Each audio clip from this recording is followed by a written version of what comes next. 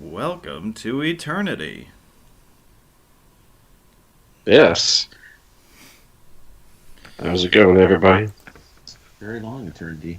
Seems like more of a purgatory.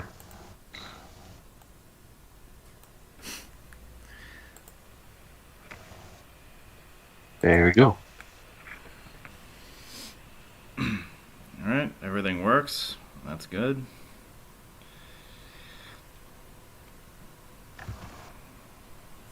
How's everybody doing today, huh? Happy Saturday. We made it. That was the hard part. Hey, you know, this was a quiet week, wasn't it? Nothing happened. Nothing interesting. Yeah, it was just a normal week. Yeah, you know. Sports got interesting today. Yes. So, What do we want to talk about tonight? Michigan. Interstates. Freeways. The Lodge. I'm down with that. Spur Freeways. Tom, I can't hear you. Turn up your mic. Business Spur Freeways. There you go. Yeah. Invisible Whatever business spurs. Yeah, whatever you just did as far as talking, do that. All right.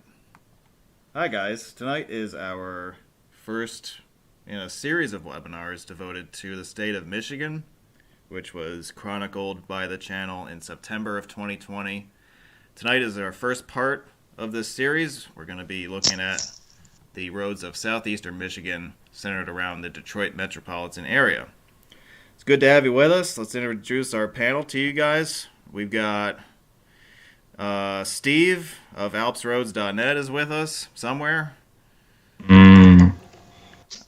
We've got Scott from the AA Roads Forum with us, joining us again tonight from Wisconsin. Hello. And making his return to the channel for the first time in Season 2 from Gribble Nation, it is Tom, representing beautiful Fresno, California. Yes, and Detroit native.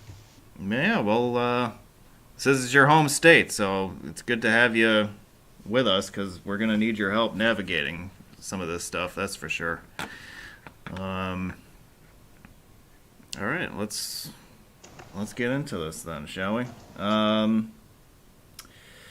Announcements wise, let's recap YouTube uploads.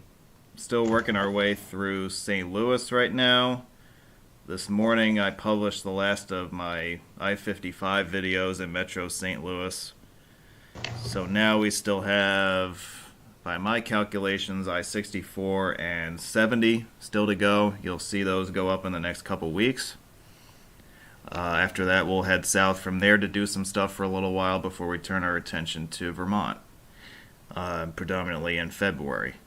Tom is with us, and I'm going to give him the floor for a minute to tell us a little bit more about the Gribble Nation Roadcast, which is a podcast that the team at Gribble Nation have come up with, and they've just put out their first episodes on. Tom, what do you want to say about your podcasting adventure here? Well, to my end, I actually screwed it up as far as recording it. I did a 27-minute bit of it, and apparently didn't wait long enough for the thing to upload, so I have to do it again. But one of the first ones that I really caught my eye was with Doug. He did a whole list of county routes that he enjoys in New York.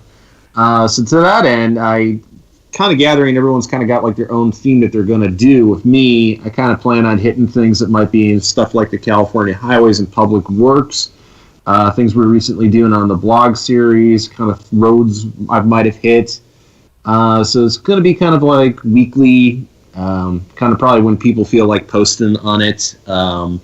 Kind of trying to make it something similar in volume to what you might see on the Facebook page. So I think it's something that will definitely expand how diverse we are as far as reaching out with the highway content that we do.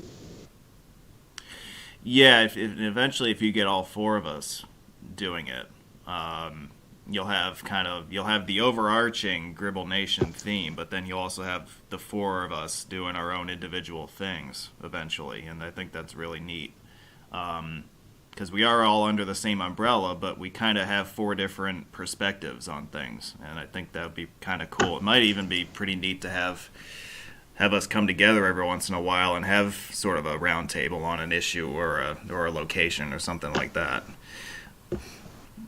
Yeah, it's something I'm definitely looking forward to doing. So I got to figure out my microphone and recording issue, and we're going to get them up there. Yeah. But the podcast is available. I believe it is. You can find it on Anchor FM, and you can find it on Spotify. I know that there are links to it. If you go to the Gribble Nation Facebook page, there are links there that you can click on. It'll take you right there. I believe there are 3 episodes up right now, and as Tom alluded to, there's more on the way. So check it out if you haven't already. I really like what these guys have started to do, and looking forward to eventually getting into it myself. Here you see the schedule. We're in week 6. Today is the 9th of January. You see where we've been to this point, and you see where we're going. We have not made any final decisions about what we might do after March 6th. I'm not going to conclusively tell you that that's going to be the end of the season. We'll have to give this a few more weeks and see where things are by the middle of February, and we'll make a decision after that. But as of right now, that is all the programming that we have set up for you with Season 2. Now, all right, I sense a collective moan coming from some corners of this audience, but I have to go here for a minute. Yeah, well, what are you going to do? This is my show, damn it. We had a little bit of NFL history this past week on the eve of the playoffs. And I'm not talking about the Titans winning their first division championship in 12 years. To give you a little perspective, 12 years ago I was in college. So it's been a long time since this team was this good and this relevant. Definitely was a proud couple of days following that fortuitous bounce off the upright that we got at the end of regulation. And we also made history because this dude on the right here is a bad man, and he's become one of only a few in NFL history to eclipse 2,000 rushing yards.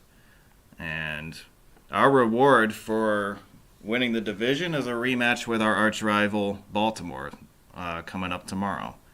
But I do want to take a second to go over this because, again, this is a pretty significant part of NFL history. Derrick Henry became the 8th player in NFL history to reach 2,000 rushing yards in a single season. As you look at the list here, what you'll notice is that all of these guys did it in a 16-game span except for one guy, and that is our good friend Orenthal James Simpson, who was the first person to do it with the Buffalo Bills in 1973. OJ took his best stab at it that year, and he reached 2,000 yards in just a 14-game season. Yeah, he really killed it, didn't he? He did. He sure did. He left it all out there. But what's interesting with the Henry milestone here is that he is now... His accomplishment means that the Titans are the first organization to have 2 different 2,000-yard seasons. Chris Johnson being the last one to do it 11 years ago. So Chris Johnson is now the only guy in the 2,000 rush yard club who does not hold the single-season franchise record for rushing yards. Now I'm going to ask, why isn't there a stat for number of stiff arm blocks causing mayhem? Well, you know what? I think after this year they might have to add that stat. Or, how should I say, murder scenes at the football field. Well, yeah, I mean, some people's careers, I think, ended at the hands of this guy. But, I've never seen a guy just chuck somebody down the field like he has a habit to do. That's impressive. But, Yeah, so he bowled over many a defender on his way to 2,027 rushing yards, which is a franchise record. It is likely that Derrick Henry will win Offensive Player of the Year. Every other person who's reached 2,000 has done that except for Eric Dickerson in 1984. Let's be honest, he's not going to win the MVP, although you can make a strong argument that he deserves at least a share of it. The Titans would be a mediocre to below average team without his services this year. And I think you could say that about Aaron Rodgers too, which is why he's going to win the MVP. But the argument can be made that Derek at least deserves a share of it. In fact, there is a bit of a precedent there. The year that Barry Sanders rushed for 2,000 yards, I believe he shared the MVP with Brett Favre. So there's that bit of historical precedent. Yeah, you could definitely say Barry Sanders dragged that team to 9-7 that year. The lifelong Detroit Lions fan. They was way better player than that team deserved. Yeah, it's borderline criminal that the Lions never were that successful with him. It's like you had Barry Sanders and then you had the rest of the Lions. Yeah. They kind of had a good thing going there with like Herman Moore for a little bit, but that didn't last very long. Yeah. So that's my thoughts on Mr. Henry and his accomplishment. Well, congratulations to the Indianapolis Ursays, or the Indianapolis NFL franchise. They managed to cover this week, earlier today, up in Orchard Park. They gave the Bills all that they could have wanted, I'm sure. So, Bills are moving on today. The game that is in progress as we speak is Los Angeles at Seattle. Tonight we have Tampa in Washington. And, of course, the game that I'm paying attention is the early game tomorrow with the Ravens visiting the Titans in a rematch of last year's divisional playoff.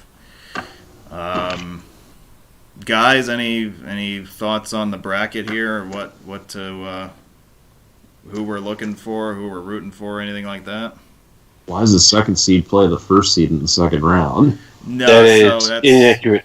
Yeah, so that's just that's not exactly right. So it's still the old system of like the highest numbered seed visiting the lowest numbered and stuff like that. I think they had to stick the one seed somewhere in here, so they just shoved them in at the top. But yeah. I know the Steelers are going to win over COVID. Yeah, well, see, the Indianapolis result today was a bit of a blow because if you're a Titans fan, you're hoping to delay your visit to Kansas City as long as possible. So you needed either the Colts or the Browns to win, coupled with you winning. Because if that happens, then that higher seed would go to Kansas City. Yeah. And had the Bills lost, then there would have been a chance that the Titans could have actually hosted the next round. But that's not going to happen.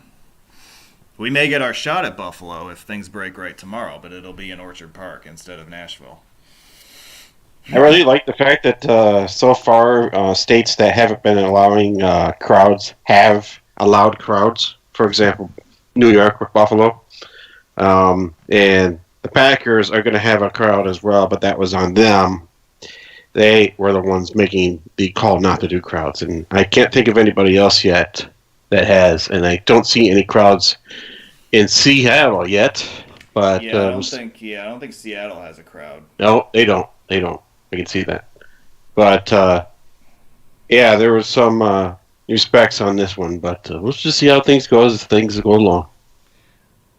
Yeah, I mean, I'm glad that some franchises are loosening their restrictions and letting fans in for these playoff games. I think they did a good job with that. So yeah, let's reward some people. You know, it's been a rough last 12 months. Yeah. All right. Motor City time. It's the largest city in the state of Michigan. It has a city population of about 670,000.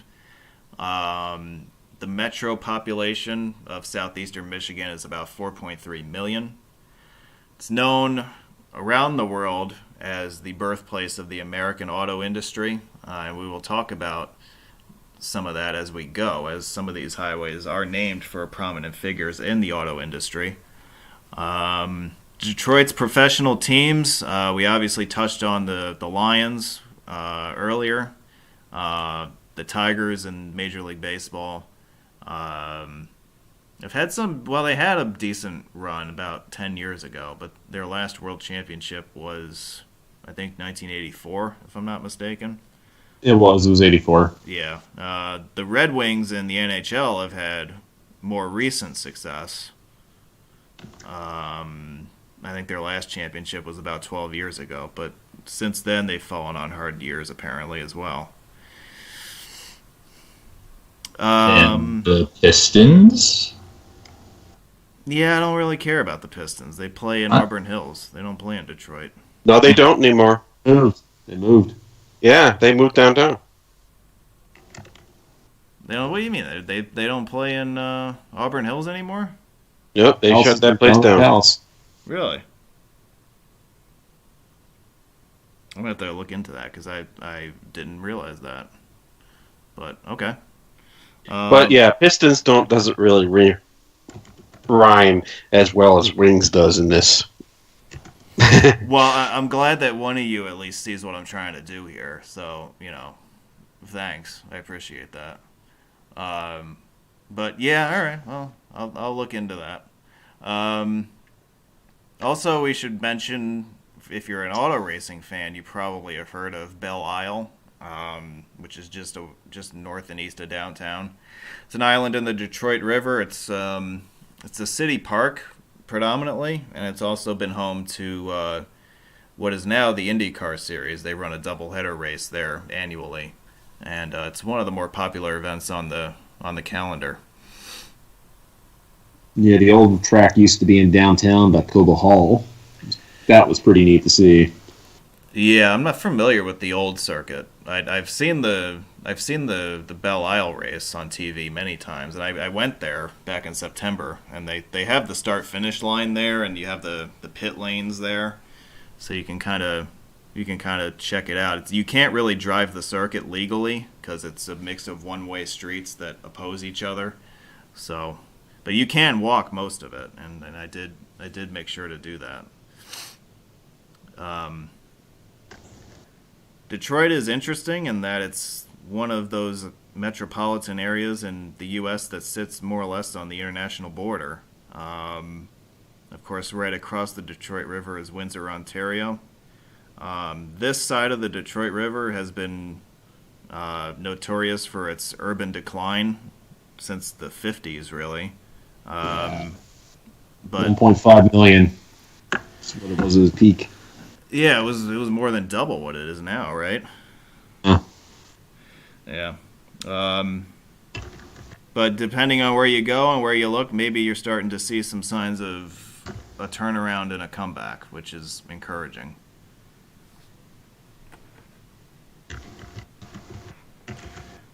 Let's look at some maps here real quick. This kind of shows you the genesis of the freeway system and kind of where we got to where we are today.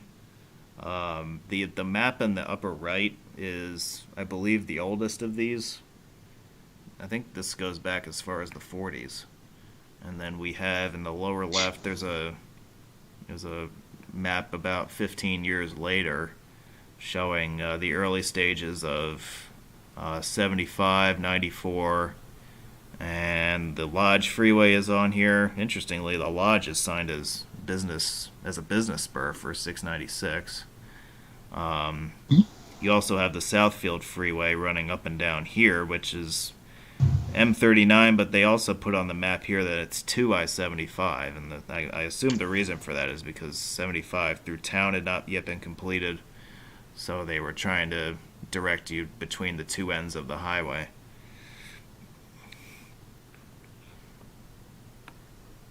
If we take a larger look here, I bring up this map on the left because I want to make a mention of the proposed and never built Michigan Turnpike, which was planned to run basically along what is now I-75 between the south suburbs of Detroit and as far north as Bay City. Tom, you've done a bit of research on this over the years, haven't you? And what was proposed and what eventually ended up not getting built. I mean, I know that the interstate system, when that came along, that basically put an end to the idea. But there was a serious proposal for a Michigan Turnpike. Yeah, it's kind of like how a lot of states were doing, especially out east. The interstate era is really what kind of killed it, from what I've always been understand. Yeah, it looked like there was going to be a road built there no matter what. It's just the interstate system came along and kind of simplified that. And really, the Mackinac Bridge is really the only vestige of what you would probably see as a full state turnpike. Yeah, I think it's the only tolled facility fully within the state of Michigan anymore. But yeah, the turnpike idea didn't last past the mid-50s, but nowadays, to make all those connections, you would just follow I-75, and as you see in the map on the right, we have I-75 complete at this stage. Looks like most of everything else, well, 996 is still a dotted line, 275 is a dotted line, most of 696 is still a dotted line, so this would be probably early, like maybe around 1970 or so. And if we go to the next map here, we see more of 96 complete, some of 275 complete. So this is probably a few years after that. And if we go to the system we have today, we have, let me go to my highlighter here. Okay, we have 696 complete across the top of the metro, combining with 275 along the west side of the metro to complete something of a bypass of the metro area. 96 is now complete, running out to the west. Asterisk. What's that? Asterisk. For what? For 96 being complete. Yeah, we'll talk about that. You may have noticed there's a bit of a freeway piece up here near Farmington. We'll talk about that. We'll also talk about the piece of 5 freeway that runs north out of Farmington. That was supposed to be something else too. And that's basically how the system stands today. It's largely complete, but it's not totally complete. And Lots of asterisks. There are some asterisks in there, and we will get into those as the night progresses. Again, if you want a little bit of a zoom into downtown here, one of the things that's worth noting is that you have basically a freeway inner loop here around downtown, with the exception of a few blocks of Jefferson Avenue. You have more or less a circular core here, and then most of the other freeways in the metro fan out from there. Okay, so that's a bit of a lay of the land for you. Yeah, one more time, if we zoom out to the regional view, we have Northwest Ohio at the bottom of your screen. We have the state capital in Lansing at the far left. We have Flint at the top of the screen, and to the right is, of course, Southwest Ontario. All right, so that's where we are in context with everything else. All right, well, let's start going through some of these highways. I-75, Fisher Freeway. This is the southern segment of 75 through the metro area. It connects the downtown core with the south suburbs and northwest Ohio. It features a pretty sizable bridge over the River Rouge south of town. One of the larger bridges in southeastern Michigan, if I'm not mistaken, not including the bridges over the Detroit River or the St. Clair River, but it's pretty sizable. This highway is named in honor of the Fisher brothers, who founded Fisher Body. It was a major outfit in Detroit for the automobile industry pretty much up until the 80s. The 7 Fisher brothers, in case you're wondering, the company was founded by Fred and Charles. Also brothers William, Lawrence, Edward, Alfred, and Howard.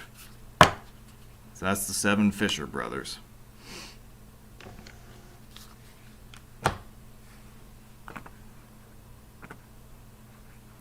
And here's this is the view from the bridge that I was telling you about a moment ago.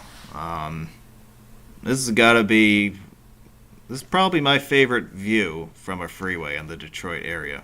Maybe you guys agree with that, but this is pretty impressive. This bridge, by the way, was closed not too long ago in one direction because they did a full structural rehab on it and they did a full deck replacement. And a big reason for doing that was because they wanted to get this corridor ready in advance of the forthcoming other big bridge project, which is going to be happening nearby for the next few years. And one thing you might note is Michigan has a tendency to not just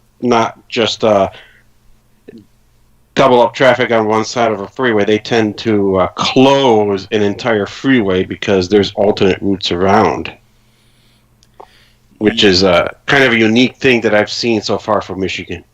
Yep. They've been doing it in Lansing as well as Detroit. First time I drove I-696, it was down to one lane, and they posted detour routes for that situation. Right. It was like I-96, but I can't remember which year it was, but they closed the entire freeway west of downtown. Yeah, a lot of 275 too. Yeah, they've done that a lot. Like, I know last year when they did some major repair work on 696, they shut down one direction at a time. And also when I was out there in September, they had 496 shut down west of Lansing in one direction. So it's definitely something that Michigan likes to do. I'd be interested to see like what the disruption would be like in that scenario versus doing what you typically see, which is just closing lanes in each direction to keep both directions open. But Michigan obviously feels like they got a system that works, so hey, go for it.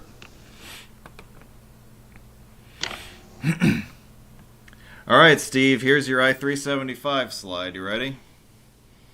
I'm excited. Yeah, so coming from the north, I-75 enters the city on the Chrysler Freeway, which connects downtown with the north suburbs and the city of Pontiac, and eventually the road up further north towards Flint and Saginaw. The 375 part of the Chrysler is the southernmost mile or so of it. It is one of America's shortest signed interstates. I believe the only signed route that is shorter is 110 in El Paso, Texas. I believe this route clocks in at somewhere around 1.3 miles or something like that. It's short. It's over before you know it. And, got a hell of a view from the Renaissance Center on it, though. What's that? Got a hell of a view southbound to the Renaissance Center. That you do. It is an impressive looking approach there. Walter Chrysler's name is on this freeway. He is the founder of Chrysler Corporation, which is now a Fiat Chrysler corporation. Didn't they give it some weird name like it's something with an S. It's weird sounding. It doesn't sound like a car company anymore. Did they? They might have. I don't know. Yeah, it's something like that. It's like something you'd expect out of like a hedge fund. Stellantis? Yes. This is the first I'm hearing of this. This is horrifying. Wait, what is it called now? Stellantis. Okay, then. I have no idea. Like that's. It's a merger from Peugeot, Fiat, and Chrysler all together. Oh wow! I didn't know that Peugeot merged also. That's apparently why they're becoming Stellantis. I feel bad that Peugeot made it all the way back, and now Chrysler's presence is just going to tank them. That's how it works. Wow. So I guess my next question is: will the Chrysler brand continue to exist? But short term. Well, that would, if it ever went away, that would be a shame. But it's not the Chrysler brand specifically is not doing hot. It's Dodge and Ram, Jeep seem to be kind of what's driving that. Yeah. Because of the focus on SUVs and trucks. And Dodge mainly has moved to just like muscle cars and nothing but that. And Jeep has obviously its own crowd too. Mm-hmm. Alright, moving along, we have the Lodge Freeway, which was one of the older freeways in the whole Detroit highway system. In fact, it was home to the first freeway-to-freeway interchange built in the United States. And this is where we're talking like late 40s, early 50s when this happened. Connects downtown and the urban core there with the northwest suburbs. It terminates up at I-696 near Southfield. And let me go through my notes here. Who was John C. Lodge, you ask? Well, I've got your answer right here. Mayor of Detroit on 3 different occasions in the 1920s. Officially, he is listed as the 48th, 51st, and 53rd mayor of the city. He also spent 30-plus years on the Detroit City Council, so he's a pretty significant political figure in Detroit politics in the first half of the 20th century. I'm not sure that I trust the first freeway-to-freeway interchange. The 4-level interchange in California predates it by 6 years, for example. And the 101 and the 110 certainly are freeways now, and even at that point were largely freeways. So if they're trying to look for technicalities as to the Arroyo Seco back then, I don't know, but that I don't think that's even the earliest either. Well, yeah, I mean, I don't know. I'm just going off of what I read in multiple locations. So There are a lot of... There's a claim. Leave it that there's a claim. Well, yeah, I mean, again, people can make claims. It depends on how you frame it, I suppose. But, if Michigan's wrong, then they're wrong. I don't know. But there's a lot of people out there would argue the Arroyo Seco is not a freeway, but I'm of the opinion that I don't agree. Yeah, I could look at something like the New Jersey Turnpike and the Turnpike Newark Bay extension and say, well, that's a freeway-to-freeway interchange. So yeah, it depends on how you frame it, right? So yeah, but people don't call toll roads freeways. That's the thing. yeah. They are. Yeah. They are.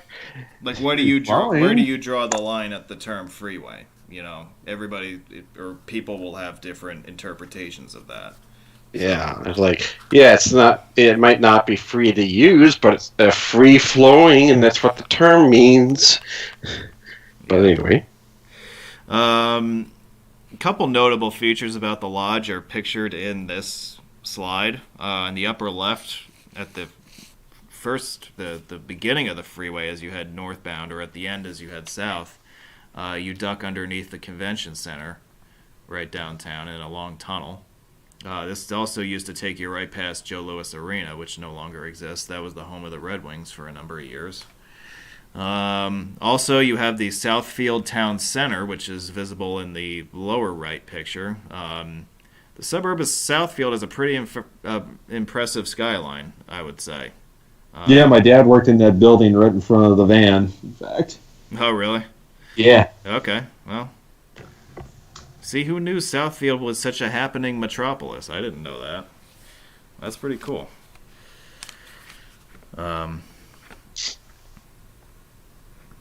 Southfield's one of those edge cities, I think, that developed as the suburbs expanded over the years. It was just a logical place to put something like that. Just a logical, it's a short distance from downtown Detroit via freeway, and it's a nice place to plop a little high-rise development right along the edge of the Beltway there. I-96 makes its first appearance on the channel this year. Speaking of the easternmost section of it, Jeffries Freeway, again a freeway connecting into downtown. It ends officially at I-75 just west of the core and at the approach to the Ambassador Bridge, and it runs westward through the west suburbs out to 275 in Livonia, where it officially overlaps with 275 for a few miles before splitting away and going westward towards Lansing and Good Rapids. Gosh darn. Adequate Rapids. That's not so grand. The way it's signed in some locations, you would think it was Good Rapids, but they're the gosh darn Rapids. That's all I have to say. Mm-hmm. We mentioned and we teased on a previous slide when we were looking at the maps of the freeways and the alignments and construction of them that there's a bit of an asterisk when we talk about I-96 being completed. Maybe you guys can help elaborate on this, but the basic idea of the original alignment of 96 was to follow Grand River Avenue more closely out to Farmington and then heading west from there. But something happened along the way. The alignment was redirected to the west more towards Livonia, and that results in a slight overlap with 275. But I think that's the basic gist of it, right? Yeah, basically it's jogging property lines. Like, what was the objective, the objection to the Grand River Avenue alignment? Was there anything in particular? There's just a ton of housing development out there, especially the closer you get to Farmington. If I recall correctly, the eminent domain was very, very, very sizable and met some resistance, considerable resistance. Yeah, the other thing to mention about the Jeffries is that it has an express local set up here for a pretty significant distance, at least the last 10 miles of it. You have roadways serving both long distance and local traffic. You can see some of the signage in the upper left on this slide. This is at the M39 stack southwest of town. And also this picture in the lower right is where 96 joins up with 275 in Livonia.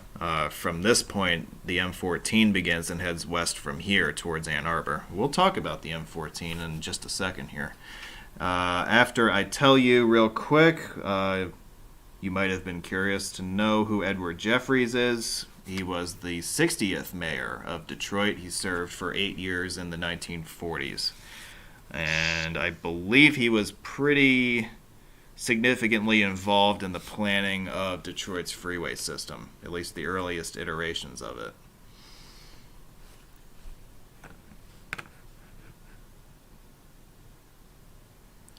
All right, M14. Speaking of which, this freeway picks up where I will leave this broadcast in protest if this slide is not fixed. Why? What's wrong with this slide, huh? I don't see. You didn't say Steve likes it. Oh, wait Off Roads Lodge is an official protest. Oh, wait a second. Hang on. Who could have done that? I'm sorry. Let's fix that. Hang on a second here. All right. All Gee. How's that? Is that better? That's better. You like that? Okay. Let's roll with that then. All right. I don't know who the hell did that. I'm going to have to... Oh. Jeez. I blame Antifa. Yeah. I think somebody had a little mini insurrection just now. But anyway. Gee, I don't know why we'd be bringing that up right now. All right, so M14 picks up where the 96 and Jeffries corridor meets up with 275. M14 heads west from there towards Ann Arbor in the far western suburbs of the metro. Ann Arbor is also the home to Domino's World Headquarters, if you're a pizza lover. And they had plans as far as recently as the 80s to build a new corporate headquarters, the building of which was inspired by some of Frank Lloyd Wright's architecture. They actually had schemes for a leaning tower that was inclined at a 15-degree angle off a vertical. This you sure they're going to shape like a pizza? Well, it would have gone down as the Leaning Tower of Pizza, and I'm sure that's, intentional marketing on their part. But the tower obviously never got built. I guarantee you that engineers would have looked at that and said, "What are you, freaking nuts?" But so the tower didn't get built, but there's talk of a scale model of the building that they plan to build. Did see the light of day and is on display somewhere. I don't remember exactly where. Steve, do you want the floor to talk about the University of Michigan for a second? No. Okay. I'll take a pass on that one too. Yeah, okay. Well, you're dead. The University of Michigan is dead, according to Steve, so dead. We won't talk about them. Yeah. Even though he does love Jim Harbaugh. The signs here. Ooh. Yeah. Yeah, I don't know what to tell you guys who like Michigan. I don't know what the heck they're doing. But crack. What? Crack. That might be true. Yeah. Somebody slept with somebody. Hey. Couple views of the eastbound M14 here. This is at the US 23 split in the upper left. By the way, this is around where that Leaning Tower corporate headquarters would have been built, right around one of these two interchanges. And it would have been very visible from it. M14 reaches its eastern terminus at the 96 275 interchange in Livonia in the west suburbs of Detroit. It's a full freeway for its entire length between I-94 and 96.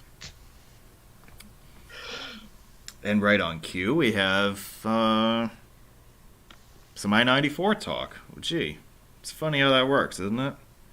Edsel Ford Freeway. We mentioned earlier that the Lodge was one of the earliest freeways in Detroit. Edsel Ford was right behind it, if not concurrent with that at times. This is a freeway that is set a short distance away from downtown. It technically runs in the east-west direction, or at least that's the direction it's signed, through more or less the central part of Detroit. It misses the downtown core by about a mile to the north, but it does run east-west. It's the most sizable east-west freeway across the city. Part of the reason why it was built initially was to serve as an early commuter route for Detroit residents trying to get out to the automobile facilities. I think the Ford Motor Company had a lot of plants out west of town, and one of the motivations of building what became I-94 was to get commuters to and from the plants in a timely manner over the old surface highways that were in place at the time.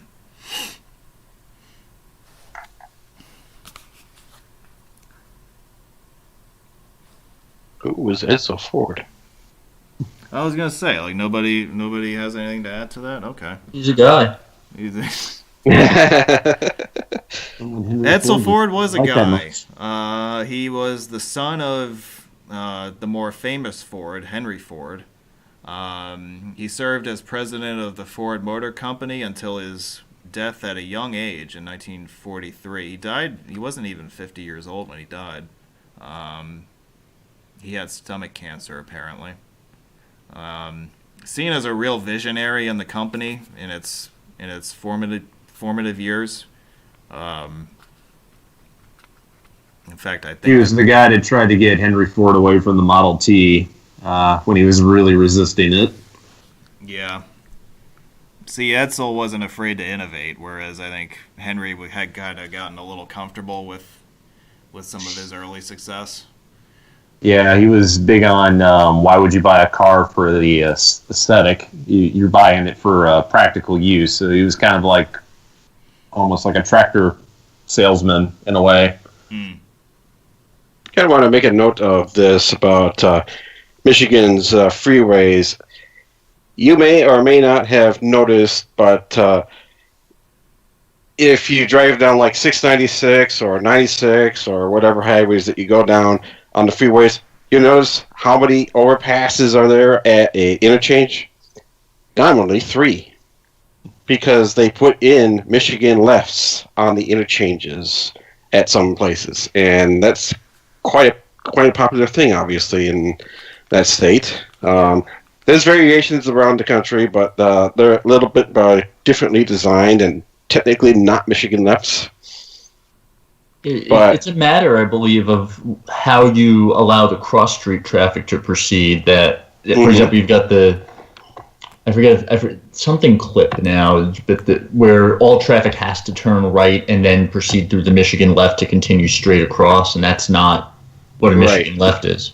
Right, and the Michigan left is where cross-street traffic can go through a car controlled usually by a traffic signal, whereas anybody that wants to turn left onto that has to pass it, turn around, and come back. There's a big one that I used to use regularly at 8 Mile and Grand River. It's like a perfect example of it. Mm-hmm. Yeah, I do want to address this super chat that Bob sent in. Bob, thank you very much. Is Michigan the home of the most left exits?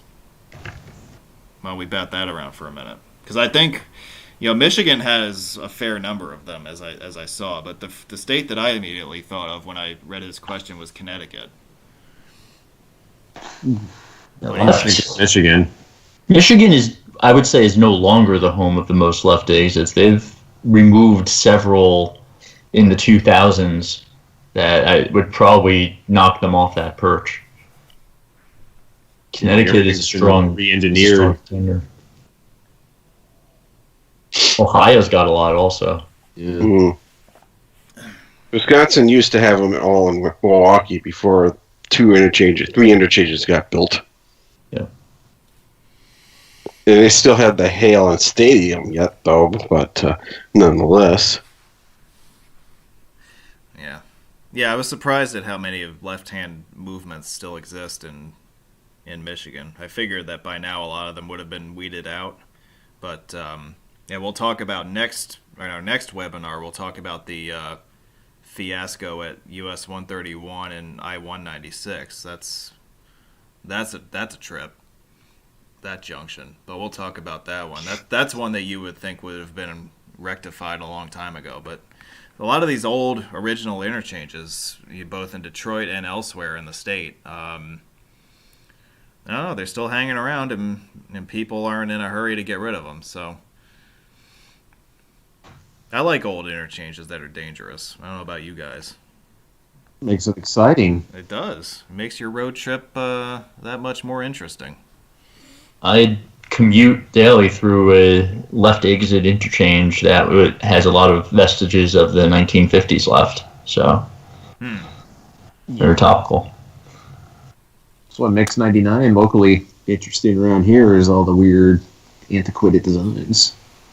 Is it still kind of somewhat original through Fresno? Kind of through Fresno, but more like south of Visalia to Delano.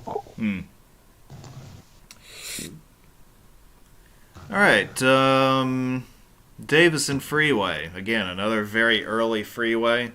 Again, this is kind of where your interpretation of freeway comes in, because it's claimed to be, and this is a mouthful, the first below-grade urban freeway in America. So whatever you think that means or whatever it should mean, that's what it's classified as. I believe the first section of this freeway goes back to about 1940. And it's been expanded and widened and lengthened somewhat over the years.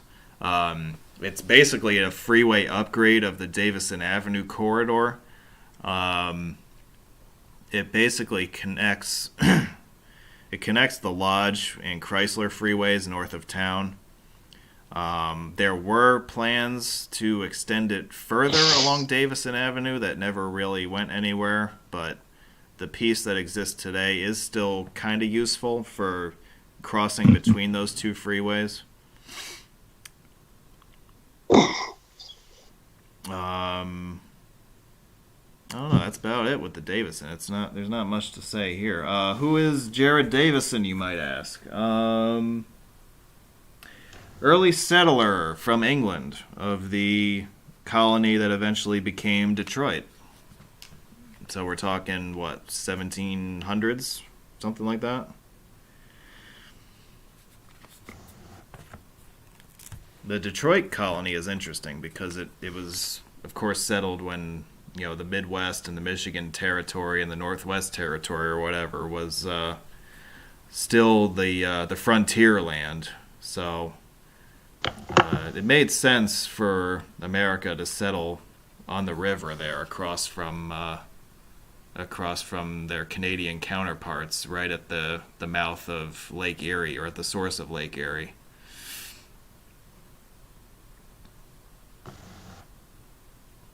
No one wants to talk about the Detroit colony. Okay, fine. I'll move on then. I wasn't there. Yeah, I figured you weren't there. How the city's supposed to be really pronounced, that nobody ever really does. The Detroit versus Detroit. Right. It's a French-sourced name, right? Yes. Yeah. In Detroit, the French translation of that is the Strait, right? I believe so. Yeah, because it was named for the river that connects Lake Huron and the Erie. So that's where Detroit comes from, or where the name comes from. Yeah, AJ got it right. Detroit. Yeah, well, I think approximately 0 people call it that today, but we are on day 3 of 9. There's people that try. You probably get a good sample of how it fails with me. Let's keep it clean, people.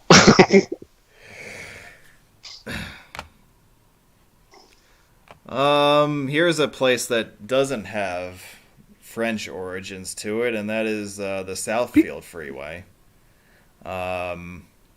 This one kind of takes an odd route, at least relative to the metro and where most of the freeways are angled.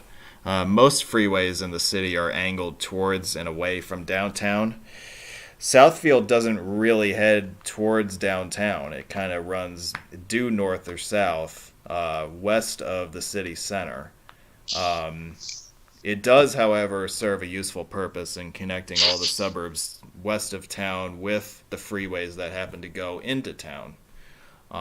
So it is an important connection out that way. This freeway was built on the old bed of the historic Southfield Road. It was gradually upgraded in the 50s and 60s into a freeway. Also along the Southfield corridor are several major properties owned by the Ford Motor Company, including, I believe, its main headquarters is somewhere out west of town. They're still there? I believe so. Yeah, Ford's still there. Yeah, say most of the automakers have left. That's why most of Detroit has diminished in population. That was a historical thing. Yeah. As far as I know, the main office of Ford is still out in the west suburbs. The Chrysler headquarters is now up in the north suburbs. Yeah, around Pontiac. Yeah. Now it's in France. Yes. Yeah, yep. Well, it's going to be somewhere, I think. Skeletos or whatever it is. By far the most interesting part of the M39 is the stack at I-96, and if you drive the M39 main line, you take the lower level, and you have the 3 levels above you at this stack. Pretty impressive interchange. You can see it in the lower right in this picture. One of the older stacks. Yeah, this one goes back a while. Mm-hmm. It's one of the older 4-level stacks still around that hasn't really been modified yet.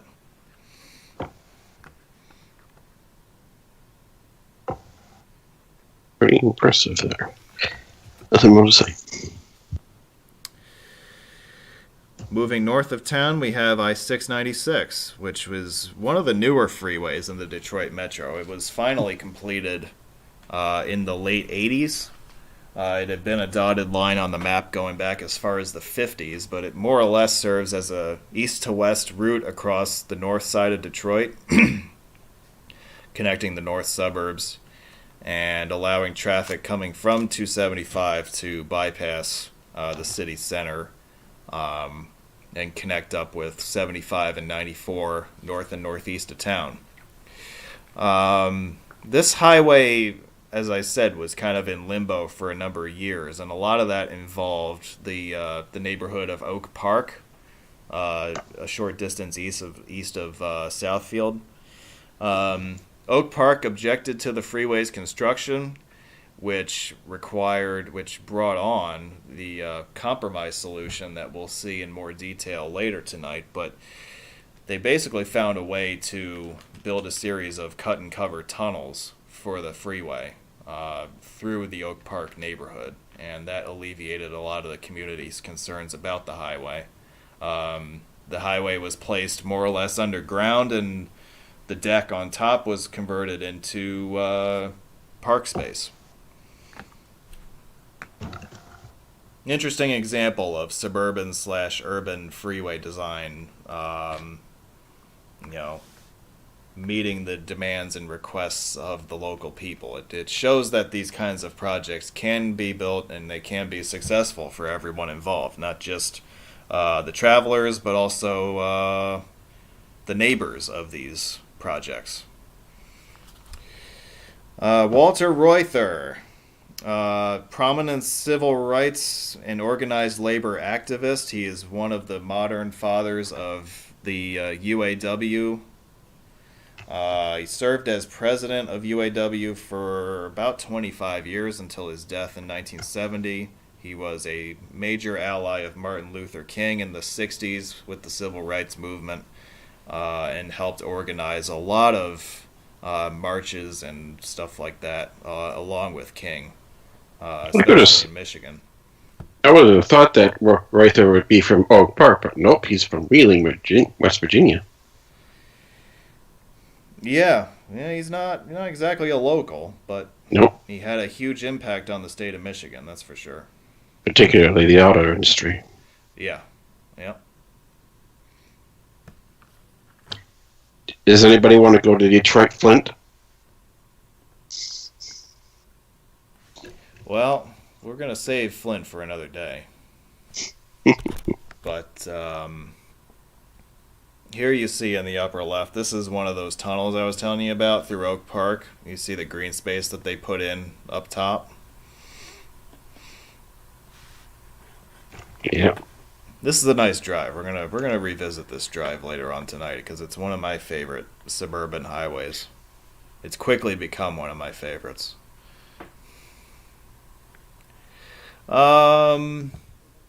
Continuing our theme of bypass routes and stuff like that, let's talk 275 for a minute. This runs north to south through the far west suburbs. As I said before, there is a brief overlap with I-96 due to 96's rerouting away from Grand River Avenue. I believe the multiplex here is about 4 miles long total. Now, I believe there's a bit of a discrepancy here because, and I apologize if I'm getting this wrong, but Michigan DOT recognizes the overlap between 275 and 96, which of course was not part of the original plan, and they sign it as such. They sign it as both highways. Federal Highway does not recognize this overlap, and they place the north end of 275 at the southern I-96 interchange in Livonia. So there is a bit of a discrepancy there as far as what you want to call the north end of 275, but those are the two options that you have. Most people locally just know it as 275. It's rare you ever hear anybody call it 96. Yeah, and I think the other thing that we have to talk about with 275 is that it's a partially completed freeway. The master plan for 275 was for it to continue on north from Farmington to reconnect with 75 about 30 miles south of Flint, but that northern segment of the freeway was never built. Question is, who was Detroit Bypass? And Dan, I know you have the answer to that. I do have the answer to that. Well, we're on a theme here with who was who and who was what, but... who are you? Exactly. Yeah, I really don't know, to tell you the truth. Is this really a Detroit bypass? Can you call it that? Because it starts out as one if you get on it from the south end and go north, but then it doesn't, by itself, it doesn't really take you anywhere. In fact, if you follow 96 from where it joins in with 275, the control city is Flint as you turn west on 96. So good luck. You need help from other highways in order for it to be considered part of a bypass. Yep. Like M5 asterisk. Well, yeah, I mean the original idea was to continue up that short piece of M5, which would have then taken you in the direction of Flint more directly, but ultimately you have to figure out that you have to keep going on 96 to 23 and then north. Yep. Yeah. Yeah, because the control city for 275 north for pretty much its entire length is Flint. And then when you reach the 96 concurrency, you have to follow 96, which has a control city of Flint, and then 23 north has Flint as its control city. So there's a bit of jogging around that you have to do out that way in order to complete the bypass movement. Indeed. Yeah, I don't know. Josh raised the question in chat about whether 275 was supposed to be 75, and I know on the map you showed before you had 75 both on 275 and downtown. So, do you want to comment on that? Well, I don't know the answer to that. I think it was always supposed to go to downtown. I always thought it was supposed to go downtown. Well, I guess probably a temporary bypass. Right. Well, I know also. Well, I mean, we know that 275 was supposed to be a lot longer than it is today. So I don't know. Maybe there would have been some thought about rerouting or redirecting 75 onto it if they could have completed it, but not to my knowledge. At least not initially. It wasn't supposed to be a part of 75. I'm reading, for what it's worth, Wikipedia, but there are a lot of citations, so this may actually be factual. This was originally submitted as I-73 in the original interstate numbering plan, which I remember seeing, but there were also thoughts of flipping 75 and 275 after that. I don't think it ever progressed beyond thinking about it. Well, the I-73 makes sense as an early idea. In fact, I-94 north and east of Detroit was originally I-77 in the very early iteration of the system. There was also I-96. I don't think existed. It was either I-94 existed, and then there was an I-92 thrown in there. Yep. So there were very different numbers initially in the late 50s than what we have today. So the I-73 idea doesn't surprise me. The I-94 probably got rerouted because they realized they couldn't route an interstate across the lake.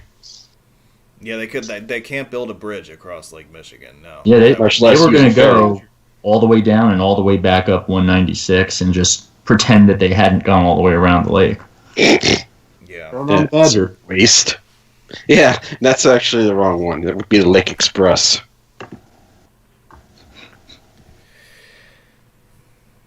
Yeah, so, and we'll get into this more in a couple weeks when we do our next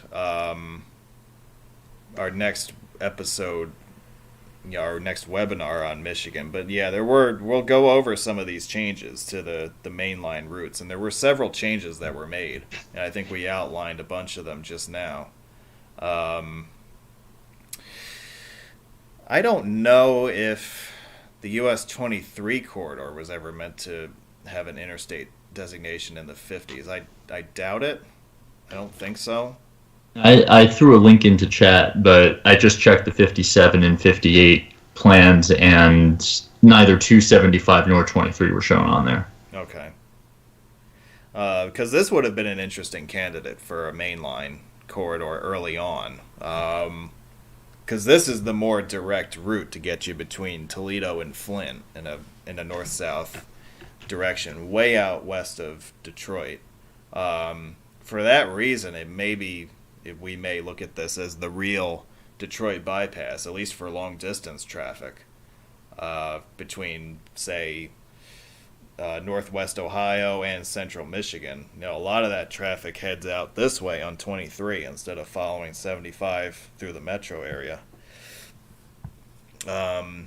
Still mostly a 4-lane highway, 2 lanes per direction, which is, I guess, a bit surprising when you consider the role that it serves as a bypass highway and also as a feeder route into all the east-west routes that run into Detroit itself. There are a lot of traffic on US 23. Way too much for it to be 4 lanes. Yeah. Yeah, they did, as we go to the next slide here, you'll see in the upper left that a section of it north of M14 was reconstructed with an extra wide shoulder that can be opened and closed at certain times of the day. I don't know why they don't. Well, I don't understand why they don't just open that lane all the time. Yeah. Like it's not really a shoulder, it's another lane that's sitting there. So why not just open it? It just seems a little silly to me that they did it that way. Yep, that's a waste for sure.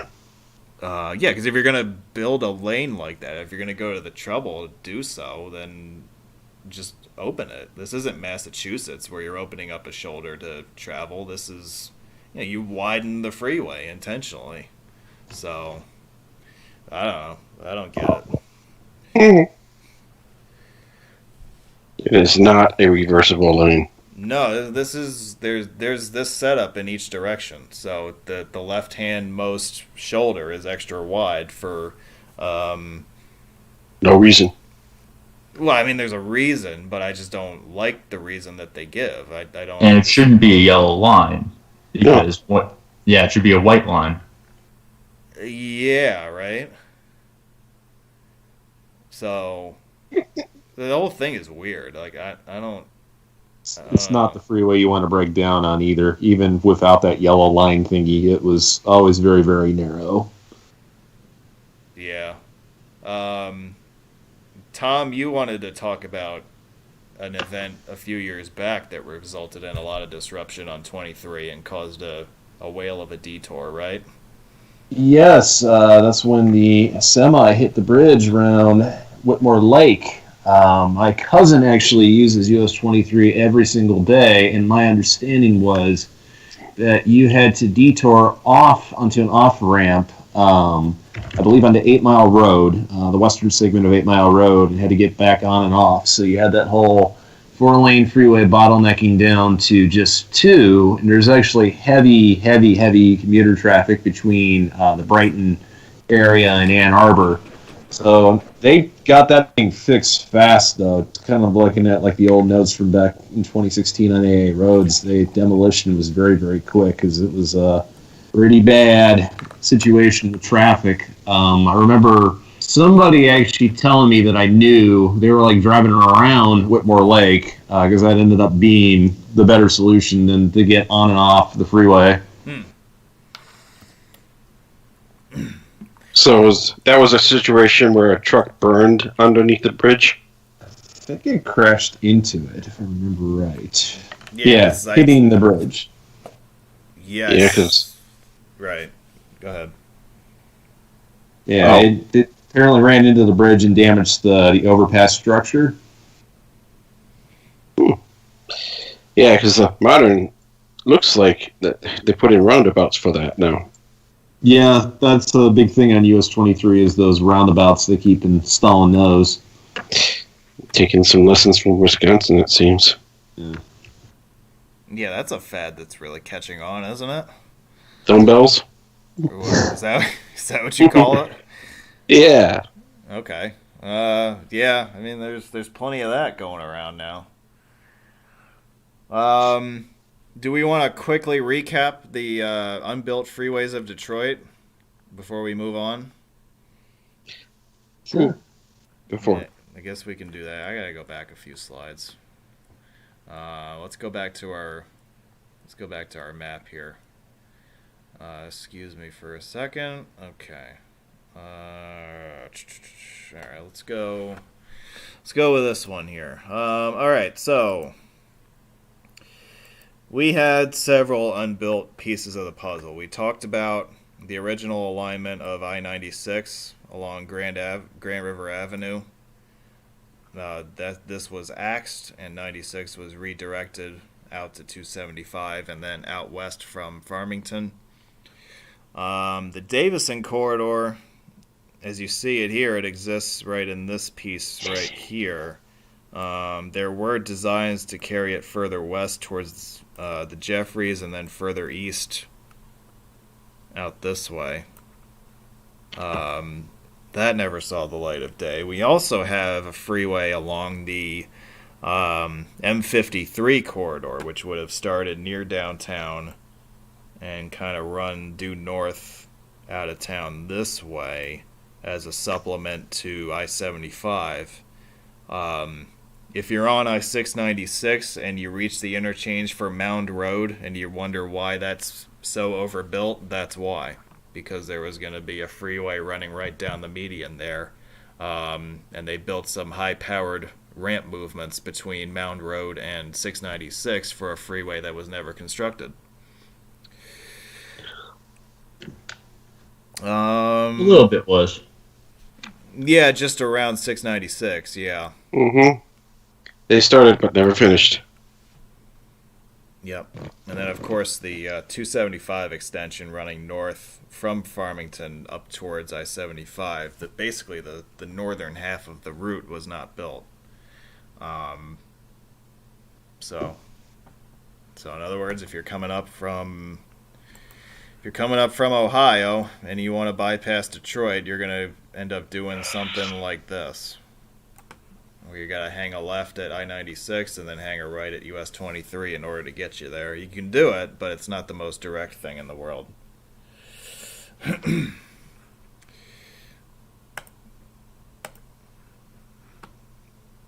think that's basically the recap, right? I didn't miss anything, did I? Or anything significant. The interesting thing about Detroit is that, you know, it is Motor City, so maybe this isn't all that surprising, but, you know, the high percentage of the freeway mileage in downtown and close to downtown was built as they eventually planned it. You can't say that about many other cities.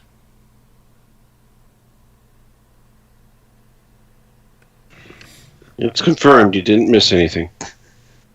All right, I'm glad my guys here are doing some quality control tonight. That's awesome. Mm-hmm. Let's talk bridges for a few minutes, shall we?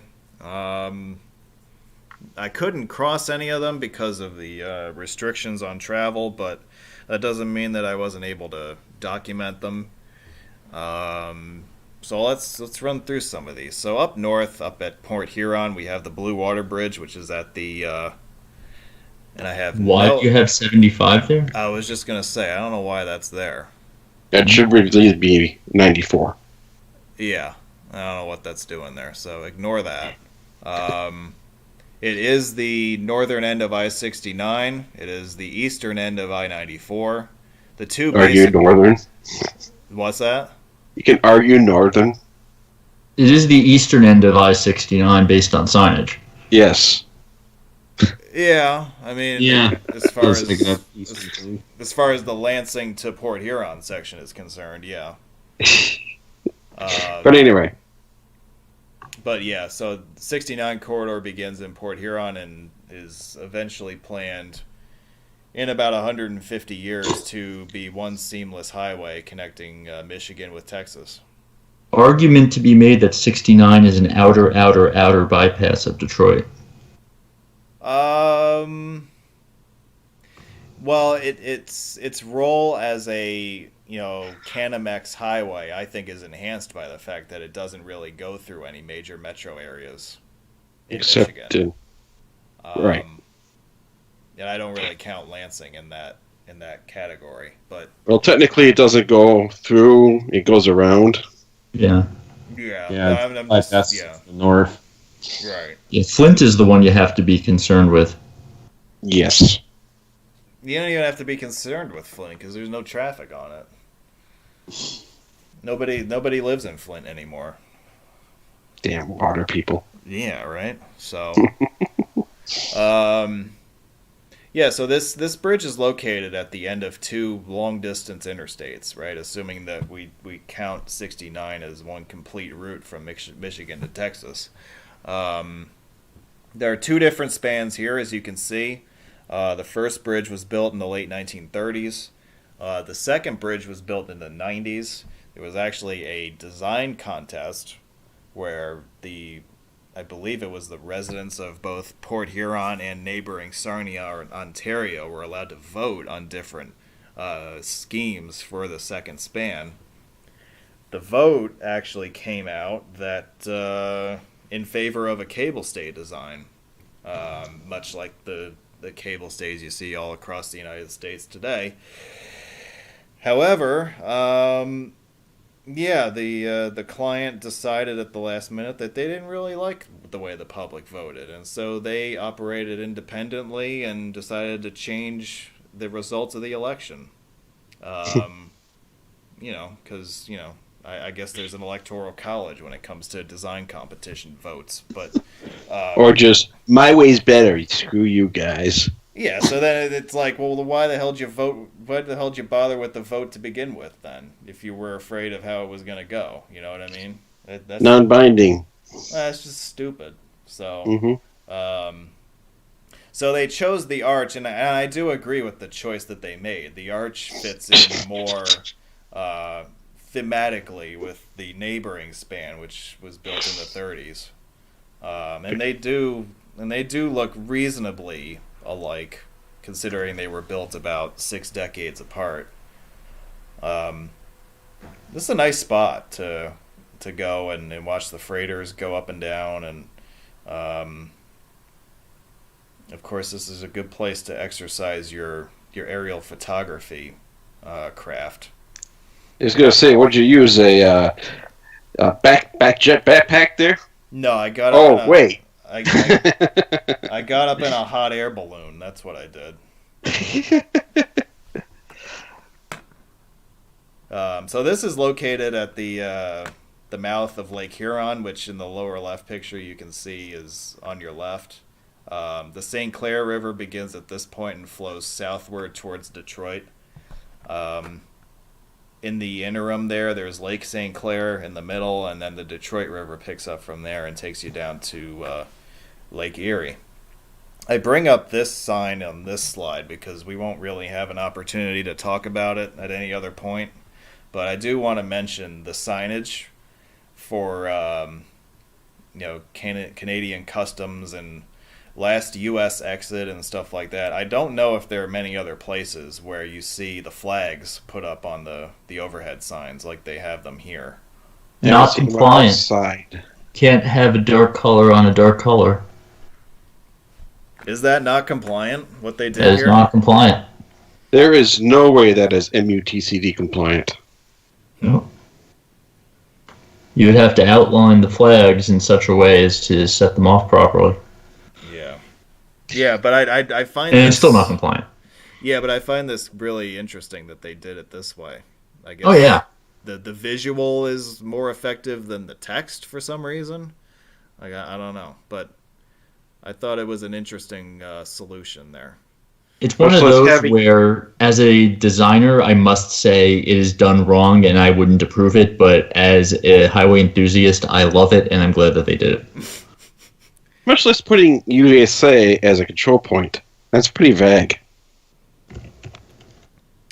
Yeah, so, like, you have Port Huron with M25, and I guess they're just emphasizing that this is... like the last USA exit. I think there's a separate sign, either still up ahead or right behind us, that says that 275 is the last US exit. But yeah, it's like I said, it's an interesting way to sign this location. Just a kind of an off-topic type of thing, and not familiar with the Northeast, but from what I saw, it's like either putting Canada or USA or international border or whatever you put down there instead of putting like a control city like Windsor or Montreal or Vancouver, which is an exception to the rule for that one because Washington State, and they don't even mention Mexico and California, for example. But that's really? Just the commentary. Arizona and California either. Mm-mm. That is true. They say other desert cities. But no, that is true. That on I remember on 5 and 805 in San Diego, it doesn't say Mexico. It says international border. So yeah, that is interesting. Mm-hmm. I mean, Texas. I saw in I-35 that they do mention Monterey and in that is. But they normally do international border in Texas as well. But they do say Juarez in El Paso. Right, they do. Mm-hmm. Anyway, back to Michigan. Detroit-Windsor Tunnel. Yes, the tunnel was built in 1930 as one of America's first underwater vehicular tunnels.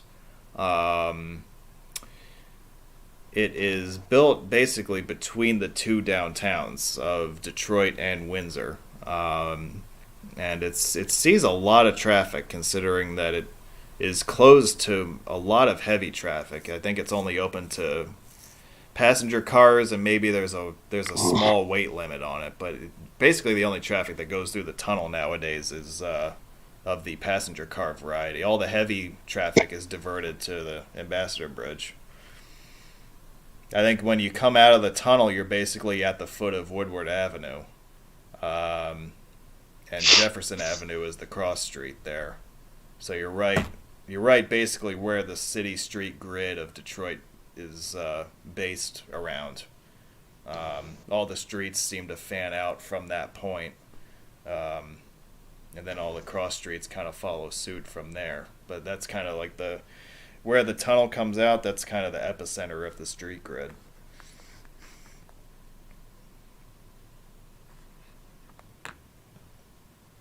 I mentioned the Ambassador Bridge a moment ago. Built by a moron. Well, it was owned by one. Yeah.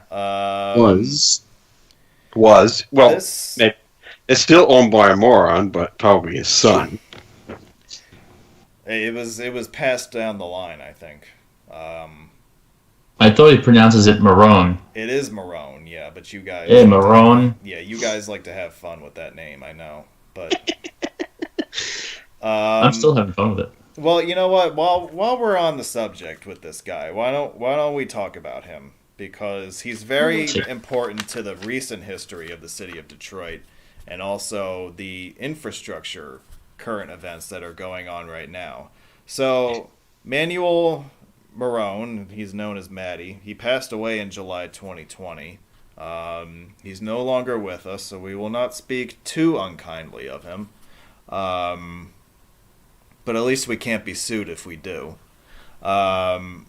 He was the owner of the Ambassador Bridge. He purchased it in 1979 when the previous private owner put up shares of their company, and he basically came in and eventually bought up the whole company. he didn't just own the bridge. He owned the port of entry complex and the duty-free complex on the American side. And he also owned a bunch of other properties in South Detroit as well. He was basically one of the most influential people in Detroit politics the second half of the 20th century and the early 21st century. Over the years, as far back as his ownership tenure with the bridge began, he's been at odds with clients such as Michigan DOT and the city of Detroit over his refusals to integrate the Ambassador Bridge better into the regional freeway system. This especially came to a head during the construction of what they called the Gateway Project several years back, which involved new ramps and new connections between I-75 and 96 with the bridge approach. The bridge has become rather antiquated under his family's watch as owners. There were talks of adding a second span at this location. Those talks again stalled due to a variety of political factors. So at least in the interim, there won't be a second span here. But the Ambassador Bridge itself, it's worth noting that as it enters its 10th decade of service, it opened in 1929 as the world's longest suspension bridge, a title it held for about 2 years. It's hard to believe that this bridge was once the world's longest. When you look at it, it's not really that big, but it's amazing how far technology came in such a short period of time. If you look at an aerial photo like a Google satellite or drive by it, you might notice the stubs of the second span there. And you'll notice those, but yeah, obviously they're not going to get connected. Yeah, that was back about 10 years ago when they thought they were going to either replace the old Ambassador Bridge outright or build a dual span for this location. And then the second span idea went nowhere. The stub was built in anticipation of the twin span being built, but it doesn't look like we're going to see that anytime soon. Mm-hmm. It also should be noted that this is the busiest USA-Canada border crossing between the two countries by trade volume. About 25% of all goods traded between the two countries cross at this location. That's a lot. And you can see we got a long line of trucks here crossing, even in the middle of a pandemic. Pandemic's not going to stop economy. No, we got to keep the border open to essential personnel at least. So yep. That's who was crossing on this day. And again, the aerial perspective really, I think, knocks it home that this is a pretty impressive structure. That it's hard to believe that 90 years ago this bridge was the world's longest suspension bridge. It had been 2-lane at one point. Was it built with 2 lanes originally? I know that they managed to squeeze 4 into there, but I think there were also sidewalks there that were open, but I think those got closed after 9/11, if I'm not mistaken.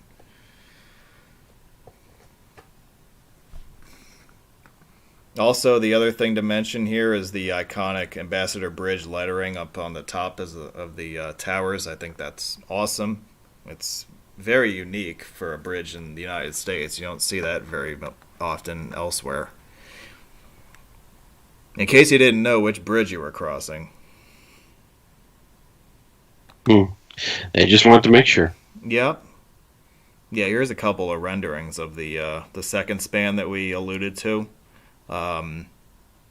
It basically was going to be a supersized cable stay bridge built immediately next to the existing bridge. It did look for a little while like this was going to go ahead and they were going to build it, but they backed away from it. In favor of something else, probably. Gee, I wonder what that is. I wonder what that something else could be. Gee, I wonder if we're going to talk about that in the next slide. Oh, what do you know? There it is. Oh, yes. Artist rendition. All right, so Michigan and Ontario have been going back and forth about building a new bridge or a new crossing of some sort to supplement and eventually replace outright the Ambassador Bridge, which, again, as I said, was entering its 10th decade of service and really has started to show its age, especially in recent years. The Detroit-Windsor Bridge Joint Venture Company was formed with the purpose of building a new bridge south of downtown Detroit, about a mile downstream from the Ambassador Bridge, to connect the 401 freeway in Ontario directly with the bridge, and then the approach in South Detroit would then connect directly with the interstate system in that immediate area, so 75 and 96. This bridge is currently underway. Foundation work is well advanced. You'll probably see pylon construction get going in earnest this year in 2021. The completion right now is pegged at 2024. We'll have to wait and see what happens with that. When it's completed, it will be the largest cable stay bridge in North America by a lot. I believe the main span is somewhere around 2,400 feet or something like that. It's going to be huge. The pylons for this bridge are going to be over 700 feet tall. They will rival those of the Golden Gate Bridge in San Francisco as far as height is concerned. So they're building a pretty monstrous bridge here. This is going to be the premier project in North America for the next few years. Very important bridge as far as hockey is concerned. Yes. Yeah, so on the subject of its namesake, it was named in honor of Gordie Howe when the project was announced. Mr. Hockey, as he is also known by Detroit hockey fans. A Hall of Fame player, spent most of his career. He is most known for his tenure with the Detroit Red Wings. He had about a 30-year career, which is just unbelievable. He played until the age played in the 90s for a while. He ended his career at the age of 52 in the NHL. He played his final season with the Hartford Whalers, which is just incredible. Widely regarded as one of the greatest hockey players of all time, and as we said before, he is Detroit's favorite hockey son, I would say. Mm-hmm. A lot of stuff about politically wise with this bridge. I mean, Barone was definitely an opponent to this because of the traffic it would take away from his bridge, and has sued quite a bit against the DOT in order to try and stop this one. But unfortunately, it has been that those lawsuits didn't amount to anything, and this has gone forward, even though there was delays. And if I recall correctly, that was what the point of contention was with the connection to I-96 and I-75, was that it would take people away from his duty-free shop gasoline. Yep. Yeah, that's true. Yep. Yeah, so he just objected to everything outright because the status quo basically gave him a monopoly on all the traffic going across to Canada, and he wanted to maintain that.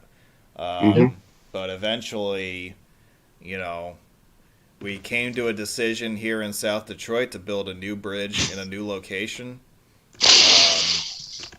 And, now you're hearing rumblings that the parent company that owns the Ambassador Bridge, once this bridge is complete, may in fact pursue a replacement bridge of their own. So maybe we haven't seen the last of the parallel span idea just yet. But be kind of pointless because it doesn't connect with 401.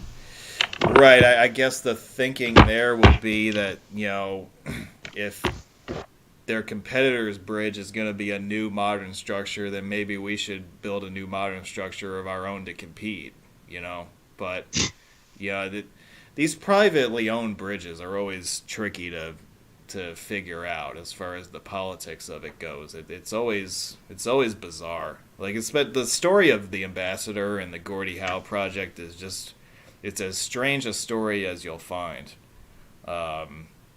And it's one that we seem to finally be on track to reaching a resolution for. But man, it took us a lot of back and forth to get here. There's a bunch of morons. that too. Morons. A couple comments from Brian here was that his company had a property in Delray with the explicit purpose of delaying it. And it was noted that Canada is fronting Michigan's share of the cost because they really wanted it built. Yeah, that's the thing that Canada is the one driving this. Yeah, Brian brings up a good point that Canada really wants this bridge way more than the U.S. does because Canada seeks to benefit significantly from this project. So they usually on a venture that involves two countries like this, you would see both countries pony up a certain percentage, while Canada just took the lead and said, you know what, we're just going to go rogue and go do it ourselves. And so they are financing the entire project. That includes the bridge, that includes the port of entries on both sides of the river, that includes the tie-in interchanges on both sides of the river. Yeah, so Canada 401 to 75. Yeah, well, we'll finally have a proper connection at the west end of 401. Yep. So Jeffries Freeway Extension. And this is a nice rendering of the completed bridge. This will be a nice one to photograph someday. And knock on wood, drive across. Well, we've come to the end of the slideshow. If anybody has any questions, now's a good time to air them. If you have any grievances you wish to bring up, if you just want to yell at me, you can do that too. That's fine. I don't mind. I can take it. So, there's one. What about the historic swing bridges at Goose Isle? Gross eel. Thanks. They're small. Are they? Yeah. They're there, I guess. Yeah. Be concentrated on freeways, guys. I mean, if we wanted to cover everything, we would be here all night. But exactly. You know, To we just want to give you guys an overview of the big stuff that you need to know about, and if your research takes you down other, so to speak, avenues, and you find out about other stuff, and that's great. But we're just here to give you the overview of everything that you need to know, and hopefully that intrigues you guys enough to want to learn more about either the highways that we covered or some other stuff that we might not have talked about tonight. I want to address Pelican Guy's comment, will the Ambassador Bridge remain standing? The Ambassador Bridge, being privately owned, being completely separate, it's just going to be there as long as it's got enough money to keep it going. So undoubtedly, Gordie Howe will take a huge chunk of revenue away, and it may close in, let's say, 15 or 20 years because they just can't afford the maintenance that's needed. But they can, because they're private, they can keep going as long as they feel like, and it's not going to close until they can no longer sustain it. No one's going to shut it down. Yeah, I mean, it's totally up to them, right? It's not like it's owned by the DOT who can make that decision. Right. It being a privately owned bridge, it's up to the private owner what they want to do ultimately. So even if they were to close it, I don't think it would go anywhere. I think it would just sit there. It cost a fortune to demolish. Well, that's the other thing too. Like some of these bridges, they're so well built, especially bridges built in the 20s and the 30s. Like the factors of safety on those things were just outrageous. The cost to demolish a bridge like that is way more than it's worth as far as the gain that you get on the other side. So they may, I mean, this is all hypothetical, obviously, but, I could see a situation where the Detroit Bridge Company builds a replacement bridge and then just leaves the old one there as like a greenway or something. Assuming that they would get permission from both the U.S. and Canada to do so, because you would still have to work out security stuff related to that. But, that's a possible second use for that bridge, years from now. Question, Dan. I hope you were going the speed limit on 94 in the left slide. What are we talking about? The cop sitting on the bridge. You're on the Etzel Freeway. Yeah, I don't know what you're talking about. Which Oh, I'm behind. I'm sorry. Yeah. I was looking way back. I'm not live. I'm sorry. Yeah, anyway. Anyway, Never mind. You see what we have coming up next Saturday. We have our next virtual tour episode. And tomorrow we'll have our next interview of Season 2. Tom Valazak of CrossCountryRoads.com will have a seat in the hot seat. And we'll talk to him and we'll see what he's been up to lately. I'm sure, well, I know it hasn't been boring for him in 2020 either. So we'll catch up with him and see where he's at as far as his quest to clinch the U.S. interstate system. Right. Let's do what time is it now? It's 6:40. I'm going to take a breather for 5 minutes. So let's Turn on the halftime music. Yeah, right. It's 6. All right, I see 6:41.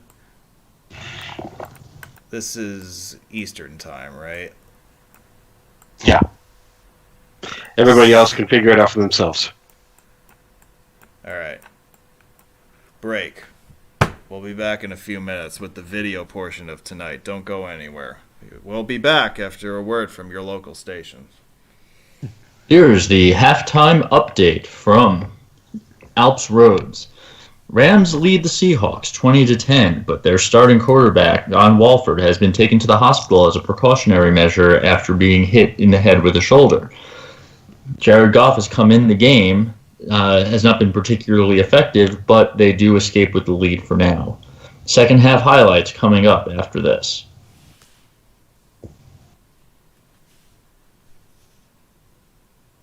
That's all I got. You're not going to talk about the early game? I thought you were gone till 6:48. No, I'm still here. I'm not going to talk. That's your domain, man.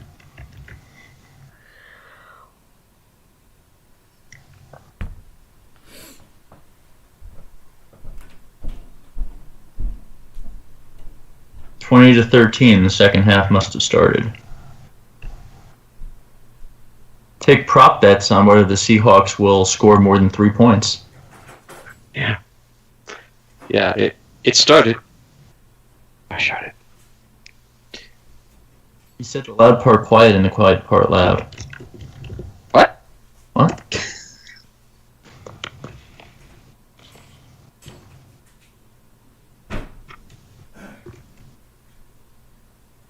Well, let's go around the league then. In Serie A, it looks like Atalanta has beaten Benevento. Genoa has beaten Bologna. And AC Milan has beaten Torino. And yes, I'm pretty lost at this point.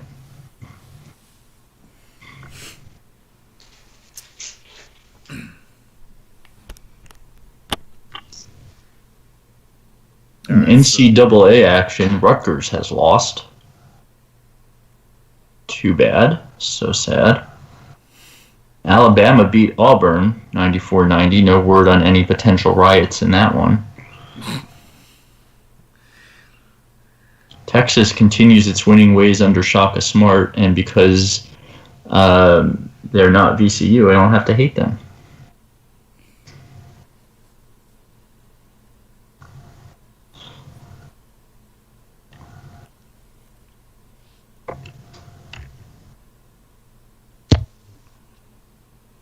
In the early wild card game today, Buffalo outlasted Indianapolis 27-24. Josh Allen did his best to blow the game, but he came up a little bit short. This is Buffalo's first playoff win since 1995. Congratulations to them. They now await the results from tomorrow's action to decide their next opponent. Either way, it will be in Orchard Park next weekend. I think I speak for all of us when I say, damn it, Josh. I can say, damn it, Josh, to multiple people. Yes. Josh Link.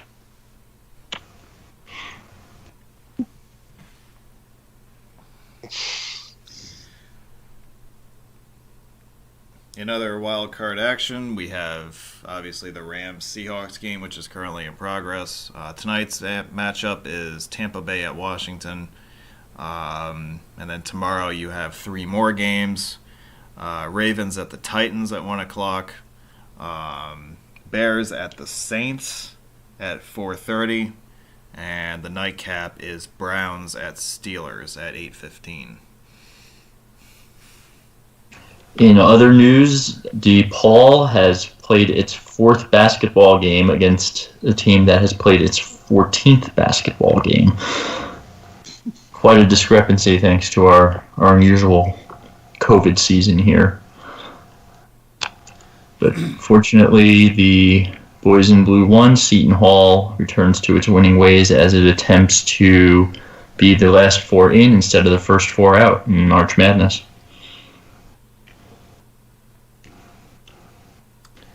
We have 2 minutes. Who is everybody's Super Bowl picks? I know that's a question in the chat right now. Packers for the NFC. That one's easy. Kansas City in the AFC. I don't know. Yeah, I don't know. Like, Can't see anybody. There's Kansas City. Buffalo has a good contending, good contention here, but I think they're not going to make it past KC. I don't think it's going to be KC, but I also don't think it's going to be Buffalo. I think when you look at the number of seeds that finish with 11 plus wins here, all of these teams are capable.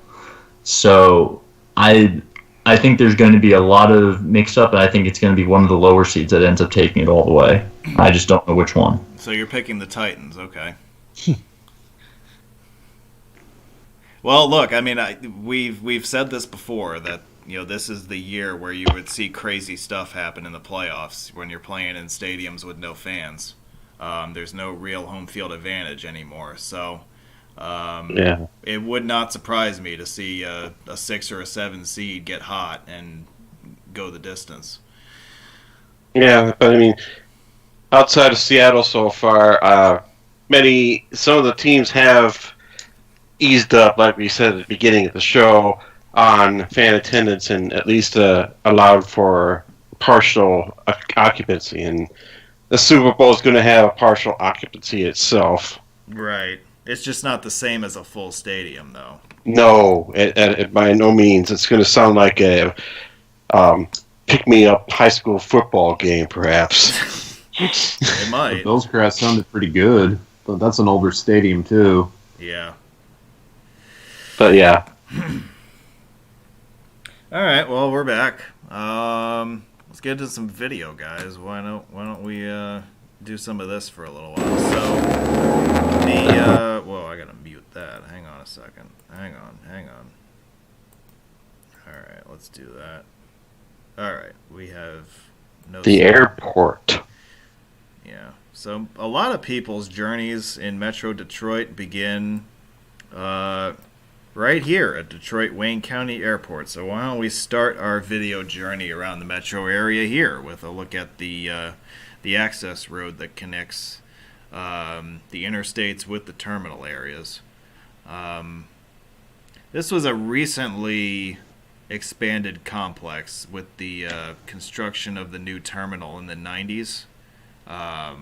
The connection highways in here were greatly expanded into the system that you see today. And as we'll see here in a couple minutes as we go, you have You have extensive ramps connecting the terminals, and you also have tunnels beneath runways, which is always an interesting thing. McNamara Terminal was a huge upgrade at Metro. The old airport was miserable. Mm-hmm. How should I say, speed walked using the walkways and taking the people mover inside that terminal as well.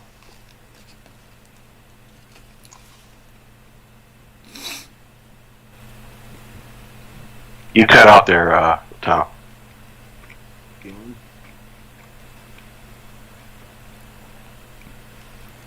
It's an You're interesting cutting out and also being very light in volume, low in volume. Yeah, better now? A little bit more. Yeah, I can't hear him. Is he trying to say something? Scream it like you mean it. Like I mean it? Yes. That's better? There we go. Mm-hmm. Yeah, microphone was behind my ear. That'll do it. Yeah, this is an interesting airport. This was my first experience with it in September. It's a major hub for Delta.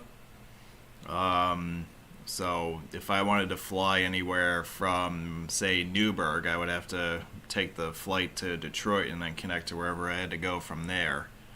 But this was my first experience with this airport. It's a nice airport now. I don't know if I want to give it a final grade yet, because with COVID, I'm sure that the numbers as far as passengers were down as far as what we would typically see, but Definitely. I didn't have any complaints about it this time around. I'll give it a good grade. It's pretty convenient, that airport. You get in and out of there pretty fast. Through security, I've never really had a problem, even post 9/11.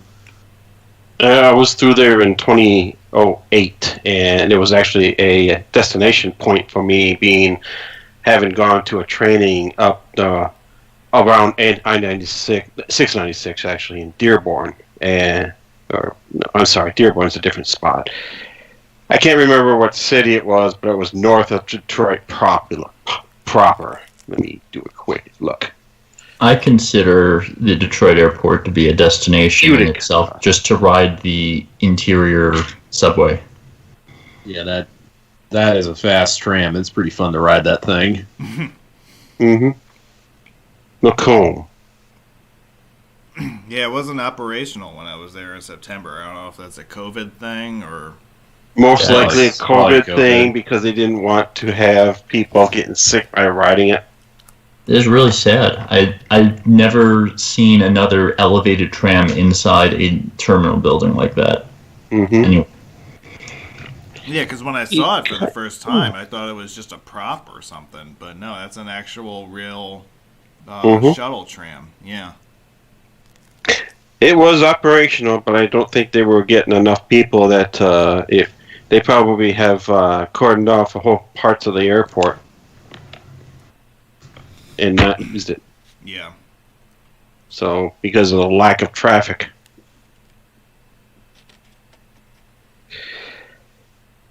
This is the older part of the airport right here.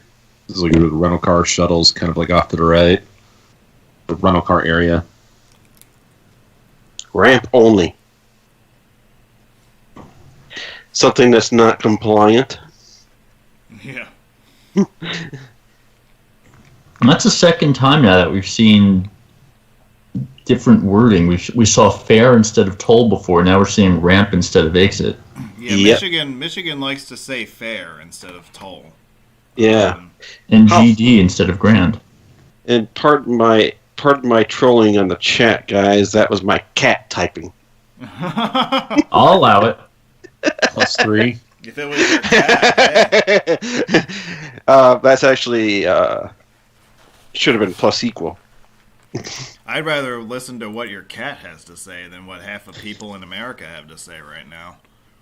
Yes.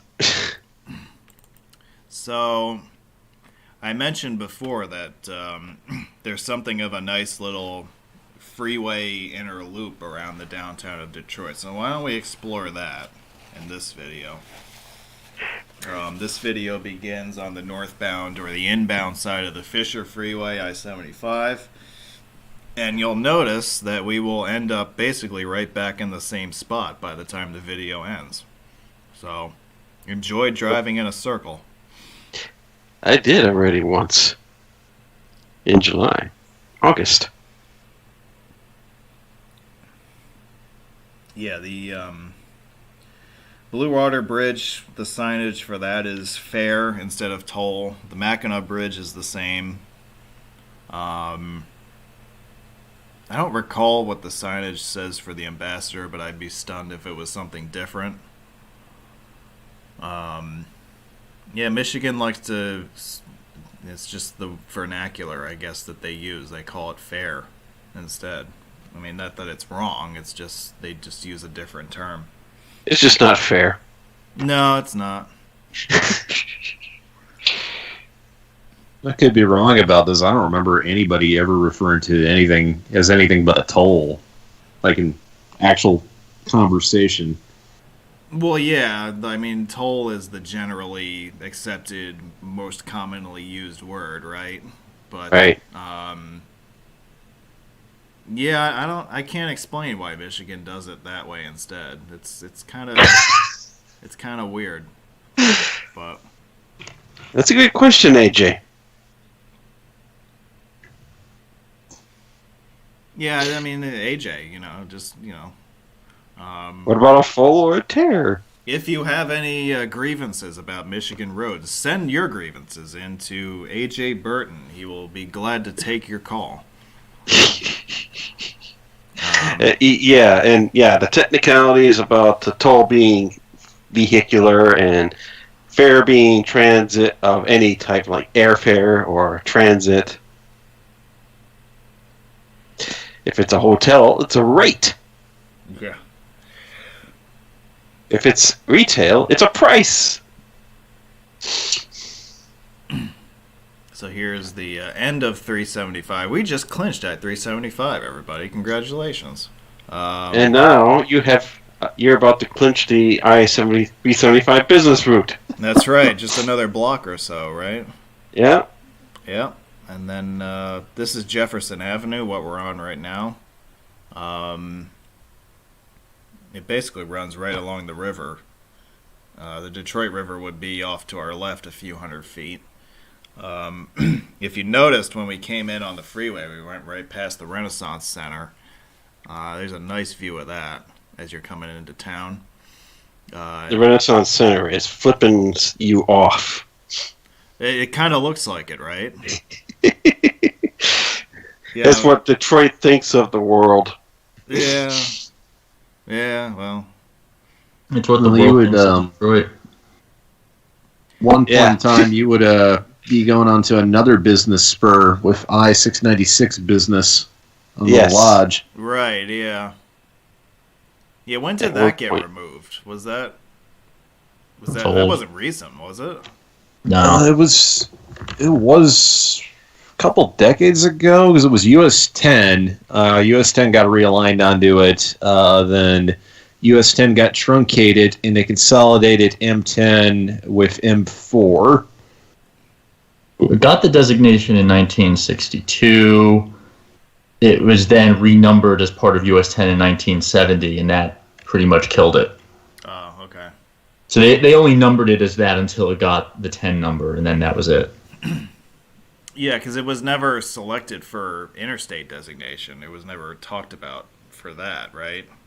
Mm-hmm. The Lodge. Yeah, interestingly, that they never thought of it that way. It's a freeway, and in the 50s, that's all you needed to get interstate designation. But yeah, then they upped the standards.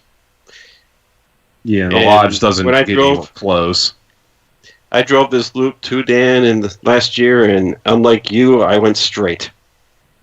See, you wanted to get out of town as quickly as possible. See, I don't mind sticking around for a good freeway drive.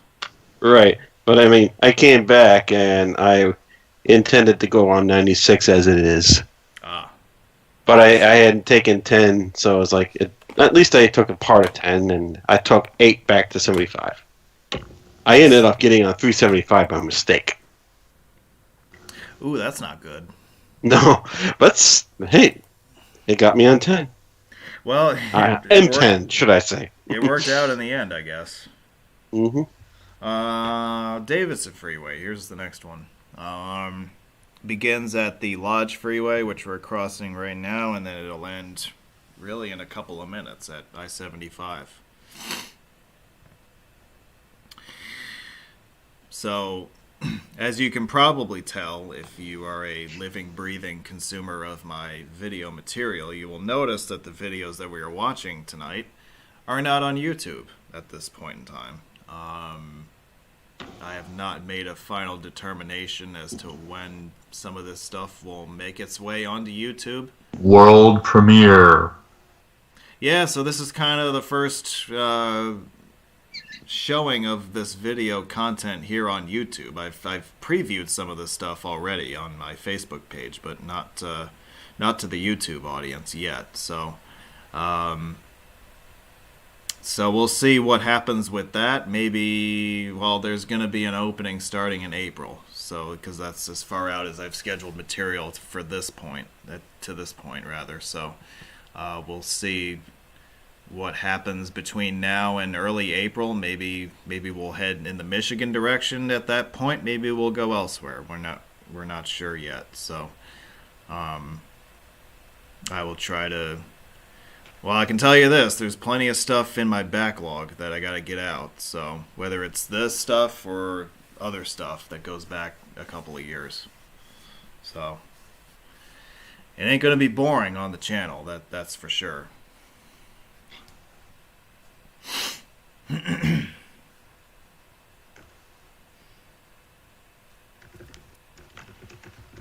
Yeah, just before you know it, the freeway ends. So this isn't a very long highway, but it's a significant one in that it does connect east-west between two major north-south highways that run directly into the city center.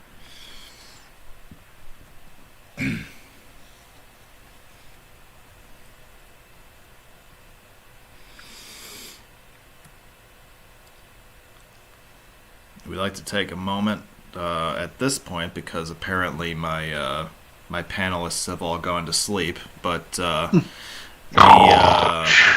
we'd like to thank our panelists who are joining us tonight from alpsroads.net, from Gribble Nation, and from the AA Roads Forum. We'd like to also thank those of you who are watching tonight and who have, for some reason, refused to turn this show off to this point. We're amazed that you are still intrigued enough to want to watch us now as we start our third hour of live content. And we thank you all very much for that. Let's see, what's next here?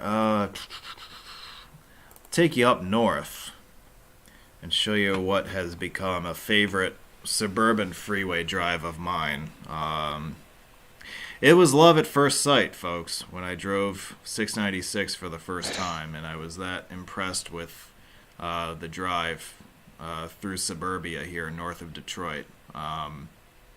This is one of my favorite drives of 2020, believe it or not. So here you are. We're going to start at the split for the Lodge Freeway near Southfield, and we're going to head east in this video, which will take us through Oak Park, and it'll end at I-75, just about due north of downtown Detroit.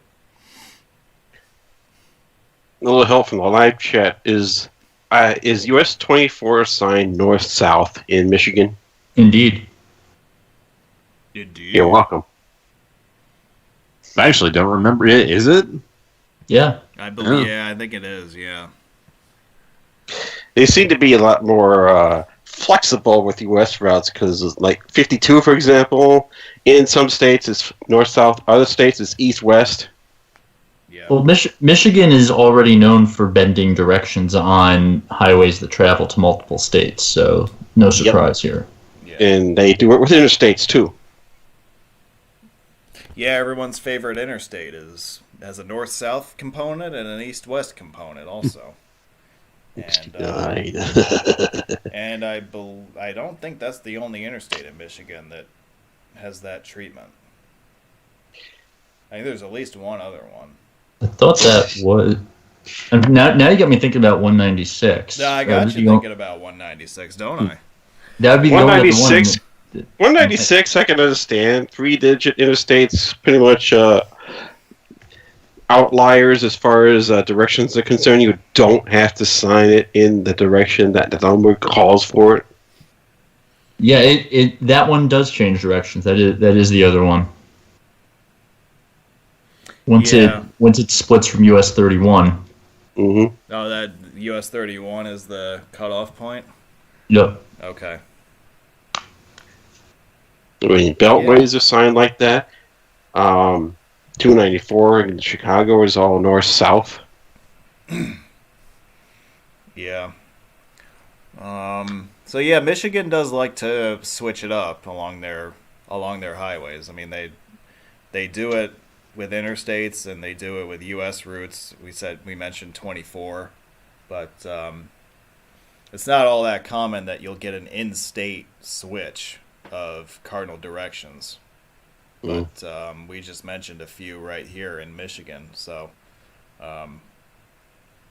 Speaking of US 24, that's an interesting one if you're looking for a surface drive that's really top notch. Telegraph's like one of the best engineered roads I've ever been on as far as a surface highway.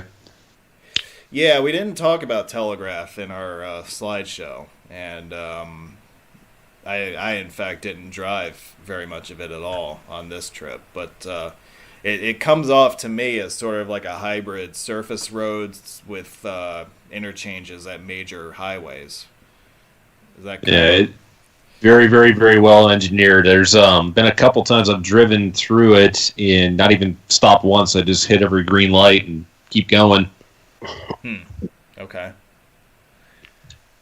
Yeah, because that's one that I looked up on the map and I just saw US 24 and I just figured it was a surface street. But in my brief encounters with it over the weekend here in Detroit, I noticed that it was far more substantial than that. So that's probably one that I'll have to check out at some point. You might notice the success of 4 overpasses here. This was an example of interchanges being Michigan lefts. So how would you define a Michigan left? Like, we hear that term thrown around a lot, but what exactly is a Michigan left? So the old traditional version has the cross streets being able to cross each other straight through with no left turns. And they're controlled normally by traffic lights without allowing people to left turn. You always have to turn. If you want to turn onto the other road, you have to turn right, onto the cross street, and then turn left at a U-turn that is positioned further out, and then go the other way. They're always denoted by the special sign that Michigan uses that has the turn right, turn left type of movement diagrammed on it. And they're kind of unique to Michigan still, even though other states have adopted a variant of it, but those variants don't allow you to cross the street straight on. They have to turn. That's not a Michigan left. Correct. That is technically not a Michigan left. Hey Dan, something interesting to note with 696. It's one of the few interstates that's actually got a high speed limit. So like if you go into Detroit, and unless this has changed the last couple of years, most of the freeways are signed at 55 miles per hour, whereas 696 is running at 70. They have changed. They have? Oh, that's good. Finally, because nobody was driving it. Yeah, because they don't sign it to 55 until like M8, I think. Yeah, I remember some of it on the Lodge, and I think it bumped up to 65 after M8. Yep. Yeah, no. It was 70 down to 55.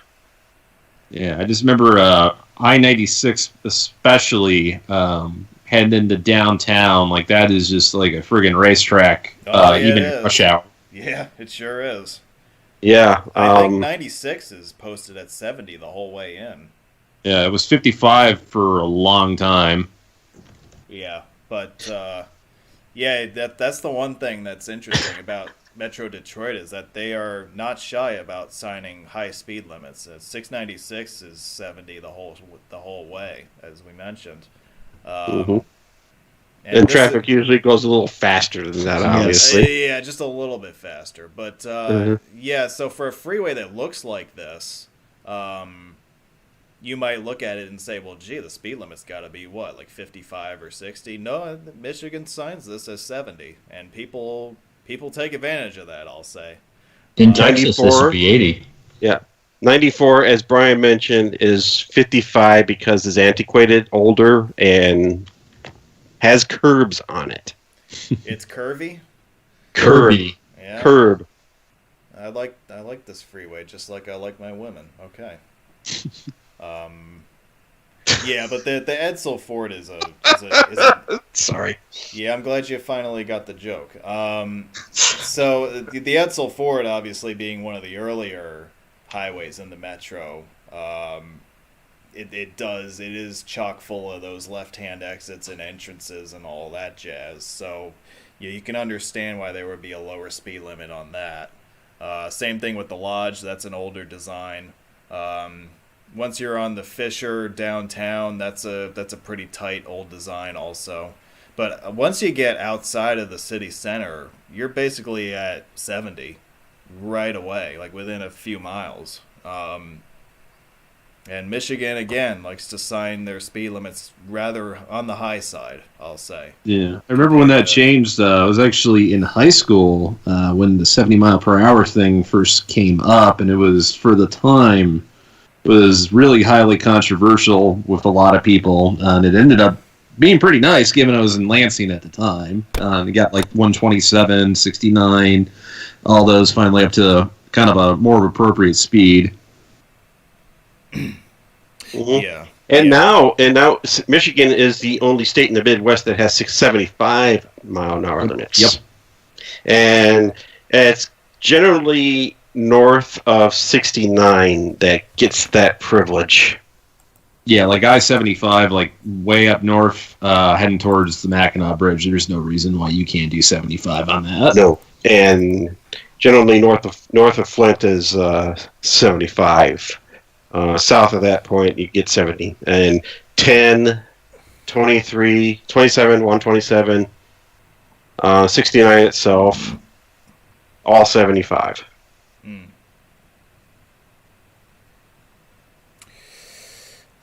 Yeah, Brian brings up another interesting point about the looming reconstruction project of the Edsel Ford downtown. I believe once that kicks off, and you are starting to see some preliminary work on that right now, but once that project gets underway in full force, you're going to be looking at, 10 years, 15 years maybe, of solid work along that entire stretch through town. And we'll see a video of that stretch in a few minutes here after we get done with the Southfield Freeway, which is what we have on right now. Again,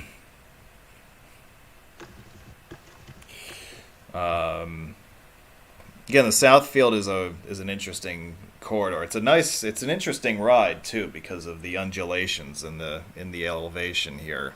To make way for the overpasses, which are technically built at grade, and the freeway just depresses itself down to fit underneath the overpasses. But it results in something of a roller coaster like experience at times, which it's quite interesting.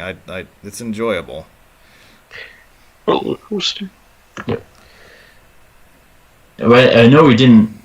We talked about the Southfield before, but did we? I don't think we touched on whether it was ever considered for extension to I-75.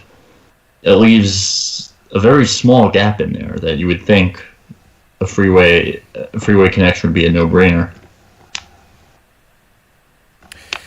Yeah, Tom, do you know anything about that? Off the top of my head, I don't. I've always kind of wondered that myself. Always seemed like that'd be pretty obvious, but even 39 through Allen Park isn't too bad, so maybe they just didn't think it was worth it. It's not a very big gap. It looks like it's only what, like a half a mile, maybe? Yeah, it's very tiny. Yeah, because the Southfield Road, surface highway resumes where the freeway left off, and then that layout that you have there between 94 and 75. That was basically the original layout of Southfield Road before they built the freeway up this way. It's 2 solid miles between them. Really? I didn't think it was that. Yeah. I thought it was a lot shorter than that. Oh.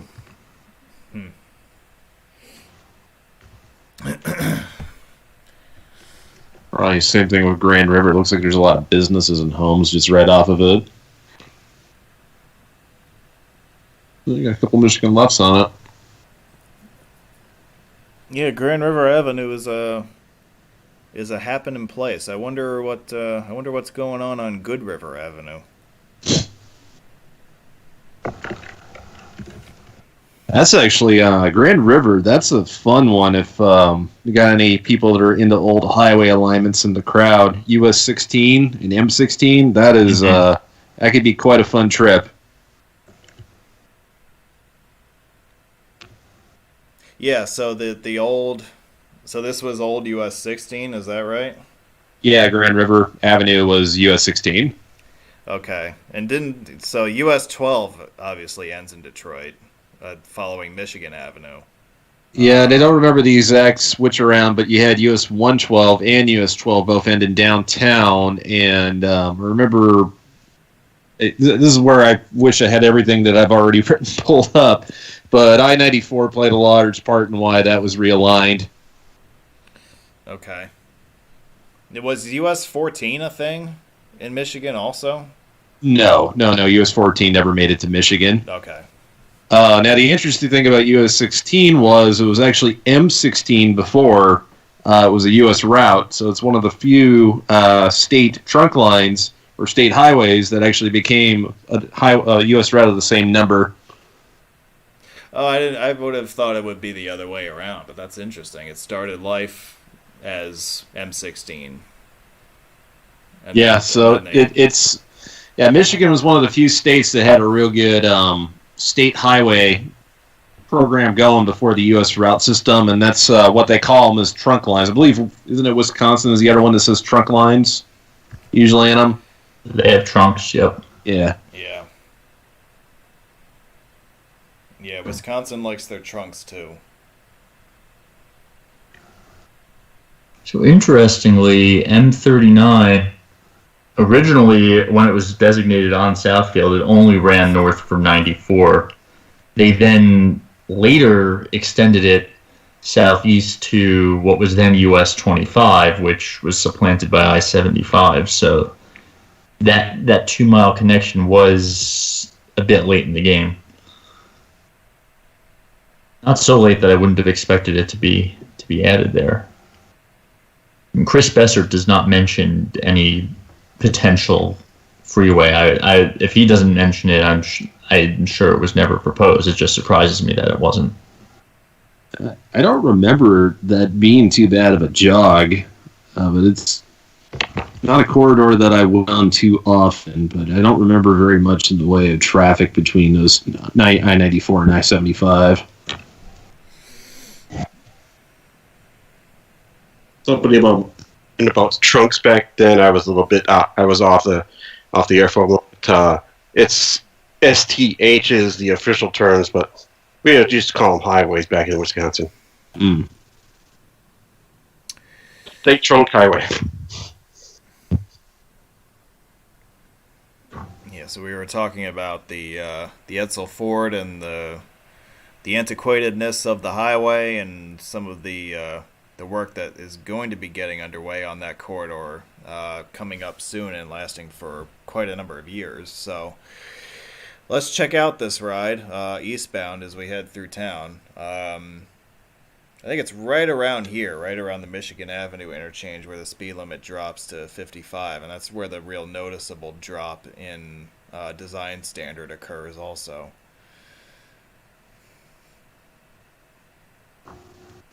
But if you're into urban freeway drives and especially urban freeway drives on highways that have substandard designs or designs that we would consider substandard by today's lofty ones. Detroit's got quite a few of these drives that fit that category. This is one of them. I'd say the Lodge is another one. The Fisher inbound through town is another one. That's a fun one. So you got your choice here in Detroit. A lot of old freeway infrastructure in this city, which, again, makes sense because this is the Motor City after all. It's a city that was designed after World War II for massive car usage. So it's not all that surprising that the freeway system was quick to develop and was, for the most part, pretty quick to get built.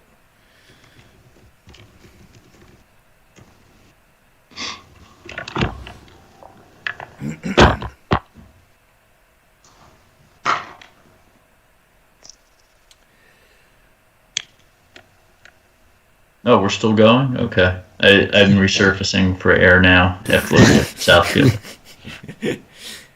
No, we haven't ended the stream yet, Steve. Were you expecting it to end in the last minute or so? I'll keep holding it in then. Okay. What the break was for? Weren't you guys doing like a newscast thing? Like on today's sporting events? I used my break time very efficiently. It's possible that some other people in here did not, but I will let them speak for themselves. I will speak nothing of that. I will note that the Rams have a 4th and 24 coming up. I have no idea how that happened, but They managed to get sacked. Sounds foreboding. I think they should go for it. Yeah.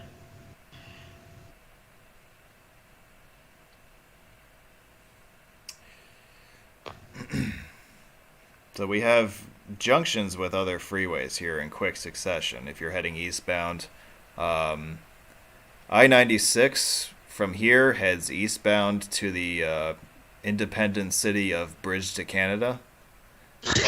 So you have an interchange here with 96, and then a short distance later you have another one with the Lodge, and then shortly after that is the interchange with 75. So you have 3 freeway-to-freeway interchanges here within about a 2 to 3 mile space.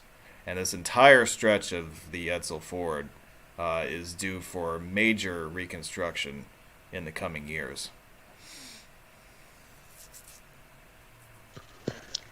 I remember 2 years ago there was something up with the interchange with Woodward.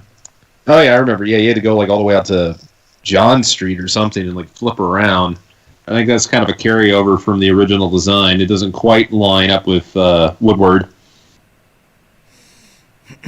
Oh, you mean like the exiting ramps? Yeah. Okay. See that? We just passed the exit for Good River Avenue.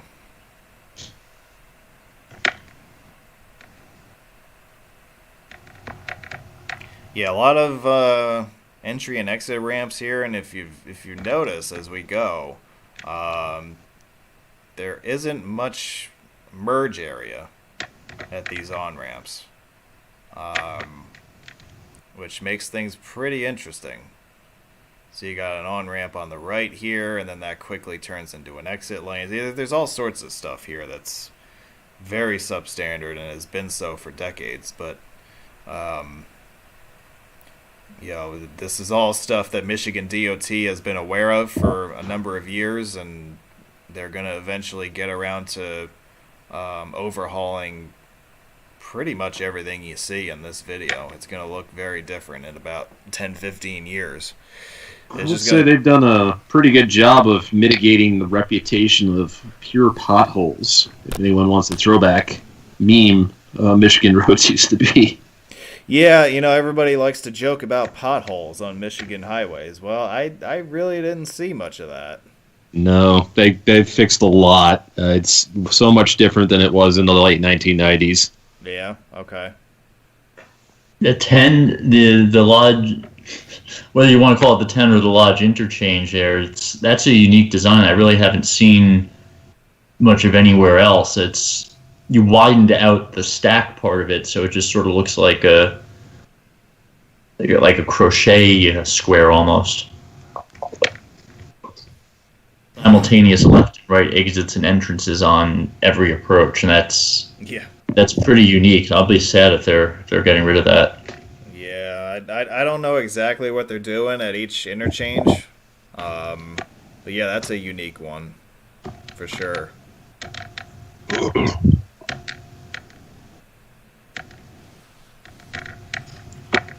So that was the most exciting part of I-94 through Detroit. There's a lot to see in a relatively short distance, only a few miles or so. Let's talk I-96 for a few minutes. We mentioned in the PowerPoint that 96 has that express local setup where you have different roadways. This particular video follows the express lanes. I think that's the better view of the two options, although I did do video of both.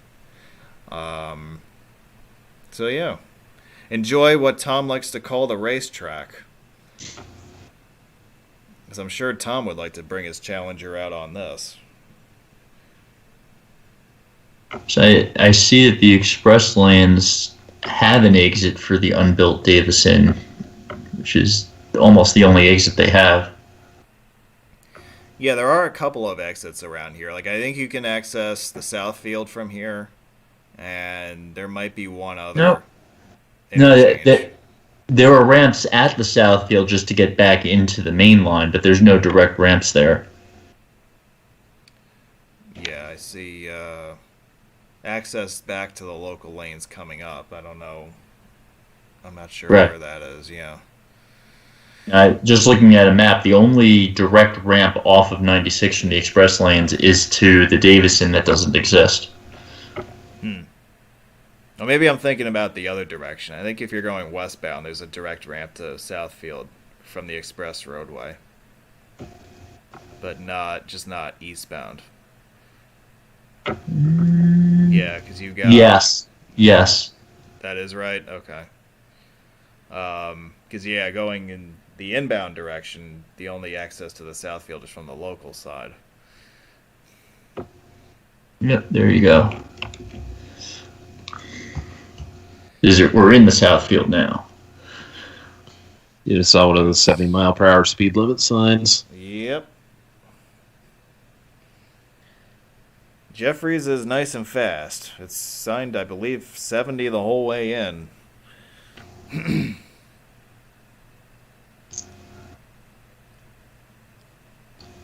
I haven't seen anybody really going over 90 in your videos.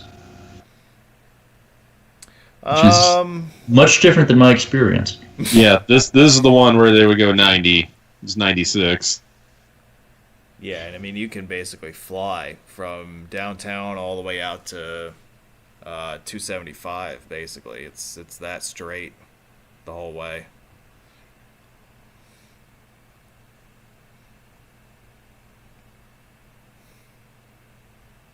I'm just used to random cars going 90 plus in this area, regardless.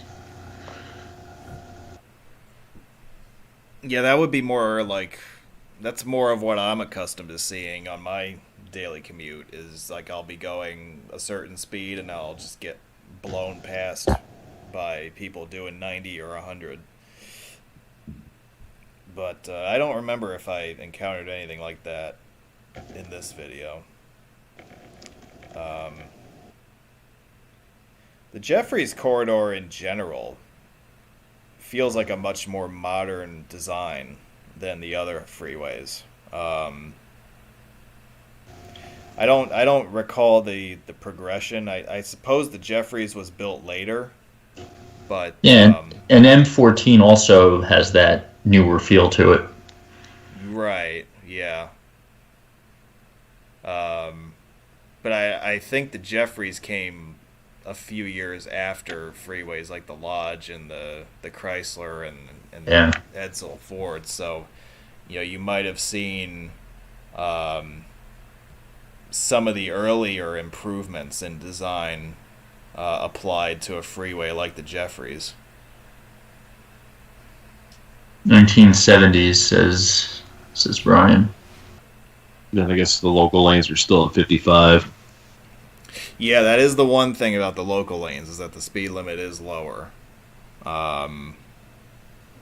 You do have all your interchanges originating over in the local lanes, so it's not like... So you have a lot of mixing of traffic in the locals as opposed to express, where you can just, fly by at whatever speed you want. But then when the roadways merge, as we approach downtown, the speed limit jumps up to 70 for all traffic.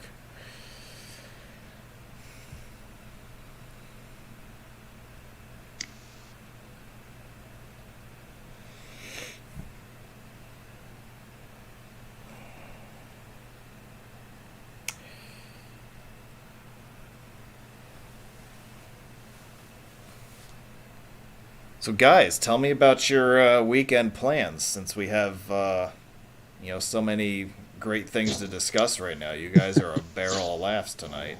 I keep looking up, wondering how the Rams got out of that fourth and forever situation, because I completely missed it. Yeah. You picked the most boring freeway to follow, so that's why I got nothing to say here. Oh, well. I had to take care of an offline situation here. That's why I had nothing to say. An offline situation? That sounds ominous. It's called dinner. Oh, okay. I'm going to be working on finishing up a blog on former U.S. Route 99 in Chowchilla, California. Which it sounds not exciting, but it's actually pretty cool, because there's an old concrete road from the 1910s and 20s out there. I think you should write a blog post about the Ridge route myself. I did already. Did you? 2 years ago. Yeah. Oh, all right. I think you should reach out to certain people and have them help you. Should have them contribute to it. I think that would be a great thing. They've already declined. Did they politely declined? Oh, hell no.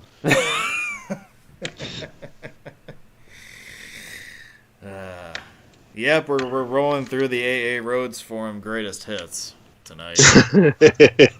I could. Let me guess. You're talking about some guy that starts with an M. Maybe. There are 25 other letters in the alphabet too. Yeah, I know, but I mean, maybe I just didn't want to reveal anybody's names. Yeah, it was. Sometimes people surprise me on their views of not really including everyone in a hobby. What is the point of getting to a hobby? Power. It seems so. I guess I was missing the point. Yeah, a lot of people would answer power, just like Roadway Wiz is the most powerful YouTube presence in the entire hobby. You got that right. Yeah, well, some people might have a different answer, but, Tune in to Alps Roads for quality, unnarrated videos that are poorly done. You can turn into SSO World for that, too. I might have to. Scott, when was the last time you uploaded a YouTube video? 2 years ago. Oh, okay. I uploaded a couple from Mobile. Okay. Including one on I-10 where the speed limit on one side was 65, the speed limit on the other side was 10. What? The driving lane was 65, the passing lane was 10. Was 10? Yeah, it was actually a variable speed sign, and something went wrong with the other one. Oh no! So it was displaying 10. Yep. Oh boy, that's rough. Yeah, I remember the first time I encountered variable speed limit signs was on the outskirts of Miami on US 27, which is mostly a road that's designed for 65 miles per hour. For whatever reason, those things were stuck in 45 miles per hour for years and years and years. This is around the Andytown interchange. I guess they finally fixed them back in 2017. So when last time I went through, it was finally an appropriate speed. It was 65 finally. Huh. It was a 4-lane?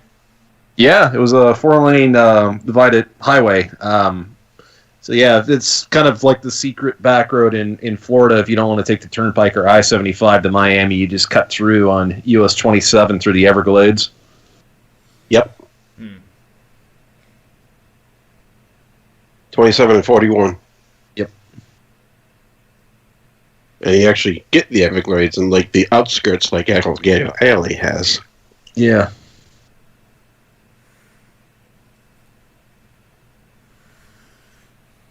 See that? We found a way to squeeze Florida into tonight's program.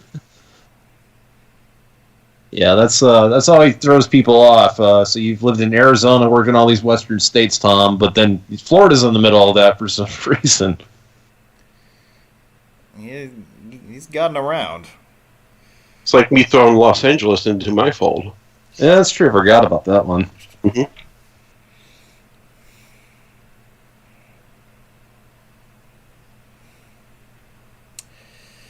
So we're on 75 southbound on the Chrysler Freeway section of the interstate.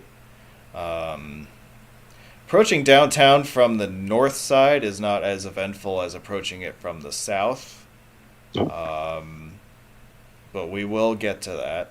We'll actually get to that part of the trip next week, actually. We're saving that for next Saturday. But, yes. No, go ahead. No, I was basically done with what I had to say. What did you want to interject with? I want to note that Detroit has Chrysler and Ford freeways, but no General Motors.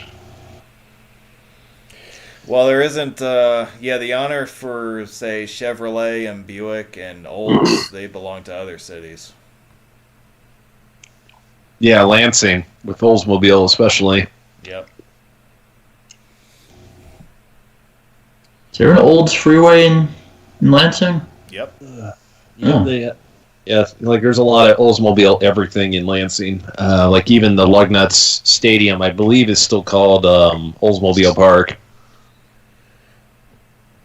Yeah. And do they actually call it that though?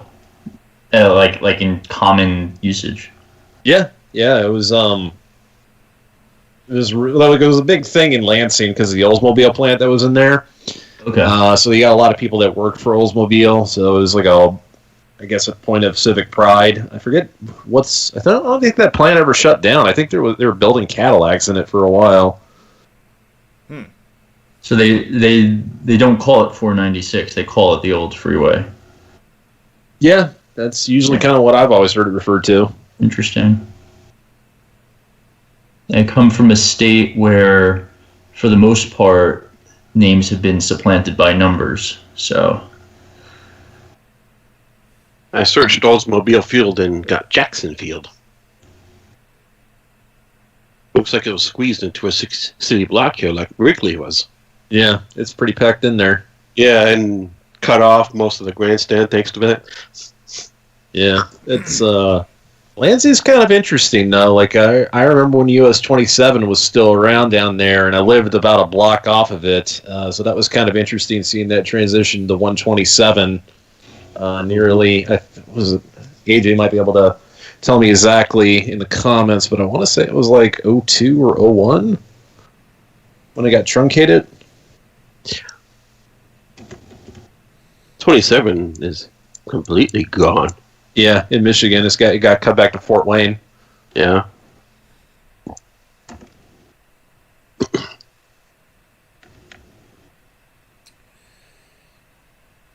What about the new freeway in Lansing? 127, you mean? No, as opposed to Olds Freeway. Oh! Gotcha.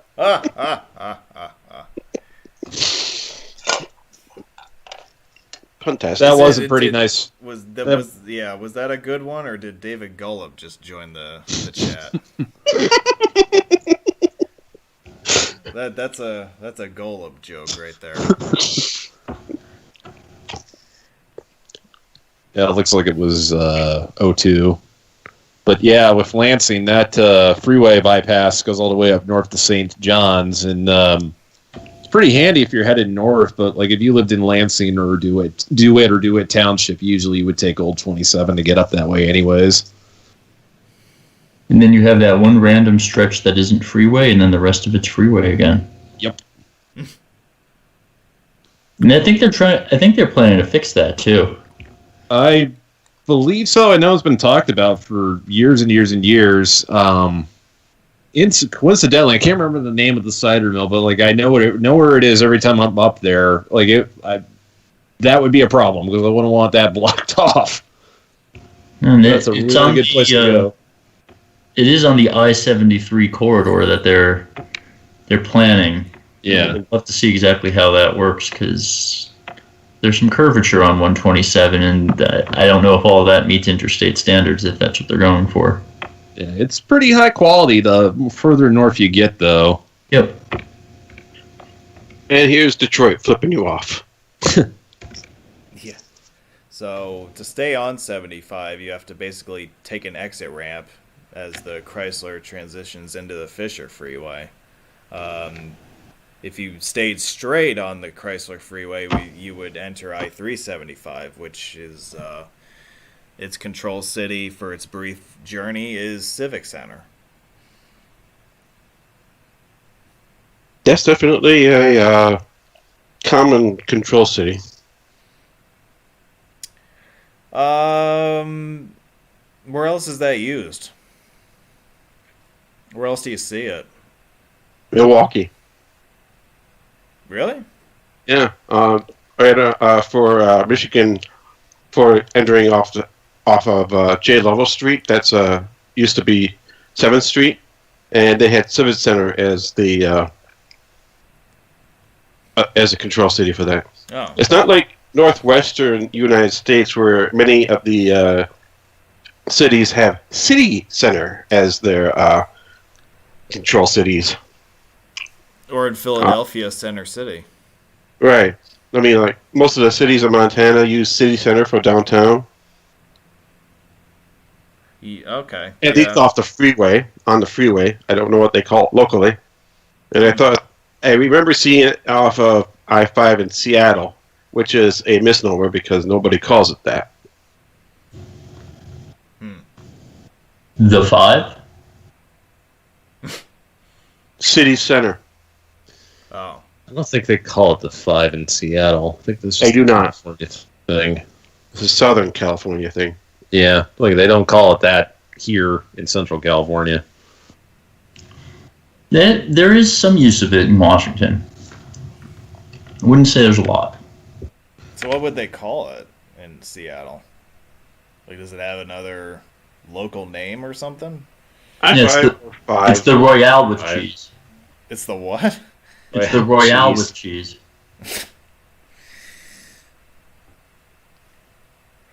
So normally this is... Oh, look, the bridge to Canada. There it is. Mm-hmm. Be interesting to see how they redo the signage around here come a few years from now. Because you'll have 2 bridges to Canada, presumably, at least for a little while. They would have to call it the Ambassador Bridge, I would think. Yeah. Else. Yeah, I wonder what they would do for that, because isn't there some sort of naming rights issue with DOTs not being able to sign the names of privately owned companies and stuff like that? Isn't there a rule against that? Would you say bridge to Windsor, Ontario, and then the next one you could sign as the 401? Yeah. But do you know what I'm referring to, though? No, I'm not expecting that you can actually say Ambassador Bridge for that reason. Yeah. And they probably have to write out 401 depending on copyrights because by the USA, I wouldn't call the route shields copyrighted as free public domain, for example. Are they in... No, we saw shields for Ontario. Where? No? No. Maybe not. Where, on this side of the river? No. I've never seen them in Michigan. Yeah, I don't think so. The only place I've seen them on the Canada side was in Washington State by Blaine for BC. And certainly you have them for Quebec in New York. Yeah, you do see a bunch of them up north, yeah. Oh yeah, by the Thousand Island Bridge you see them. Well, you're talking about the Ontario shields. Yeah, you do see Ontario shields near Thousand Island Bridge. I've seen them up that way, yeah. Yeah, and then northern New York State, northeastern New York State, you see the Quebec shields also. Yeah. Right. Did you make it to the Sudan? The what now? The Sault Ste. Marie International Bridge? I made it all the way up to the north end of 75, yep. What did they have for signage for Canada up there when you made it up there? It said Canada. Straight through? Yeah, like the arrows pointing you straight ahead towards the toll booth. Yeah, said Canada. When I was there in '96, somewhere right in advance of the bridge, it said Canada straight through on a sign in the median. Yeah, with the words straight through. Yes. Yeah, there's not anything like that at this point. There's no way that sign you're describing is MUTCD compliant, so I'm sure they had to get rid of that. There should be a missing, if I remember right, a missing ramp on the lodge somewhere around here with green lawn. When you say missing ramp, what does that mean? It used to be there. It's like there used to be there used to be an additional off ramp, or Yeah, I don't remember the exact configuration, but basically it emptied like into a neighborhood. oh, okay.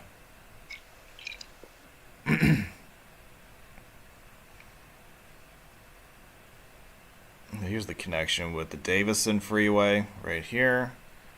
Lodge is another fun freeway drive. I like these old freeways that are very substandard, and there's a lot going on, but you can also drive them at a pretty high speed also. I mean, there's hardly any traffic in this video, but I didn't really have any issues with traffic jams in Detroit when I was in town. And notice that those left signs were mostly non-compliant with the MUTCD. They were compliant with my personal views on it. Okay, well, the Scott MUTCD, I suppose it's okay with, right? Yeah, it didn't have the big left tab. Oh, okay. Did you see your ramp? No, it didn't. I'm trying to think where I've seen the schematic for that somewhere. But it was a ramp that was originally built and then at some point was closed. Yes. Yeah.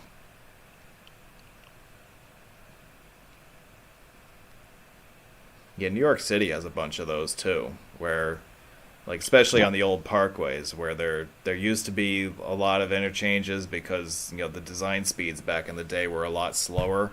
So, you know, you could get away with having more entrances and exits at blind curves and whatnot, but the city basically got rid of a lot of those over the years.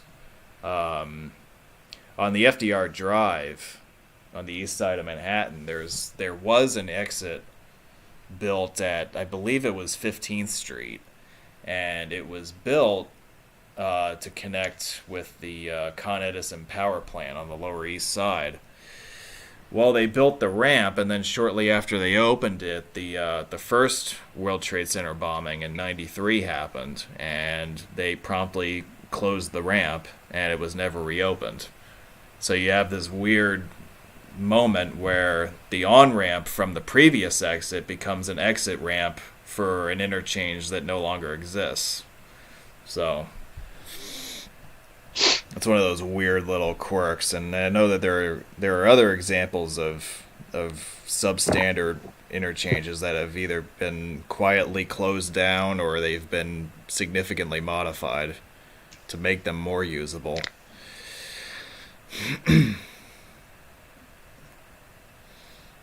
Hey, look, it's Good River Avenue again coming up. We see that street a lot in this city. Yeah. And, it does play quite a role. Pretty good.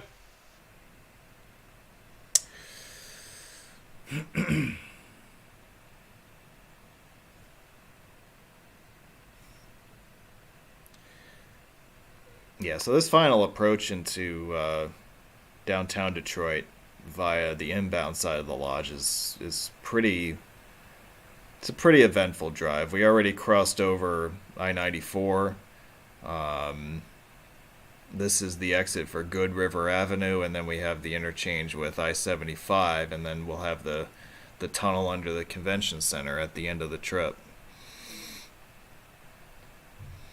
Of course, they have to differentiate on these signs because we have a bridge and a tunnel. There's Bridge to Canada as a destination, and then as you get closer to the city center, there's also Tunnel to Canada.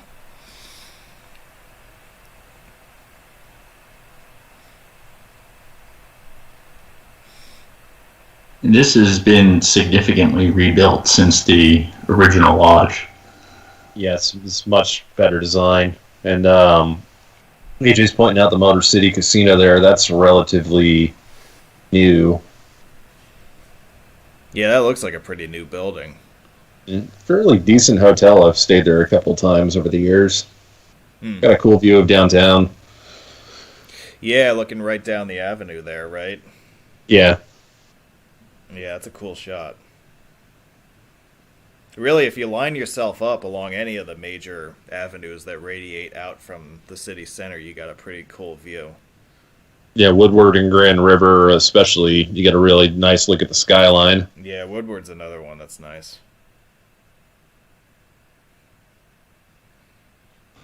Long footbridge. Do we want to talk about that bridge at all? It's pretty notable design. Looked like a long spaceship passageway. Yep. Yeah, the Star Wars overpass is what we used to call it. Oh, really? Yeah, kind of had that whole Empire Strikes Back look.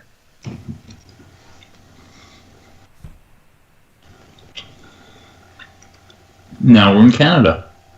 Yeah, we came out of the tunnel on the other side, yep. It's a tunnel to Canada. They weren't lying. Nope. We'll close with a couple of city street drives for you real quick. I really want to show you guys Woodward Avenue, which we were alluding to before. Detroit does not officially have a thoroughfare that's called Main Street or Broadway, but it's widely considered that Woodward Avenue serves as the city's quote-unquote Main Street. You see the light rail tracks along the street here. You also, I mean, there are a lot of major points of interest here. The sports venues are located along here. The home of the Detroit Symphony Orchestra is located on Woodward Avenue. So there's a lot happening here. Yeah, and this streetcar line's fairly new. People mover. Yeah, well, no, it's not the People Mover. It's the streetcar line. It'll cross. I believe it actually crosses under the People Mover, approaching Grand Circus. And there's this whole weird thing where MDOT maintenance ends, I believe, just short of Grand Circus. And you'll see like an M10 end sign. Is there? I never noticed an end M10 sign when I was down there. Maybe they got rid of it. I don't know, but I never noticed anything like that. This is actually M1. Well, Yeah, sorry. It Okay, was 10 at one point for a very long time. Oh, it was. But US 10. Last time I was there was a US 10 shield still downtown. Yeah, there's the end M1 sign. Was it end M1 or was it M1 ends? I thought it said end. Oh. Yeah. Yeah. Well, that's the sign for US 10 at the east end of it. Ends US 10. They put it on the wrong side.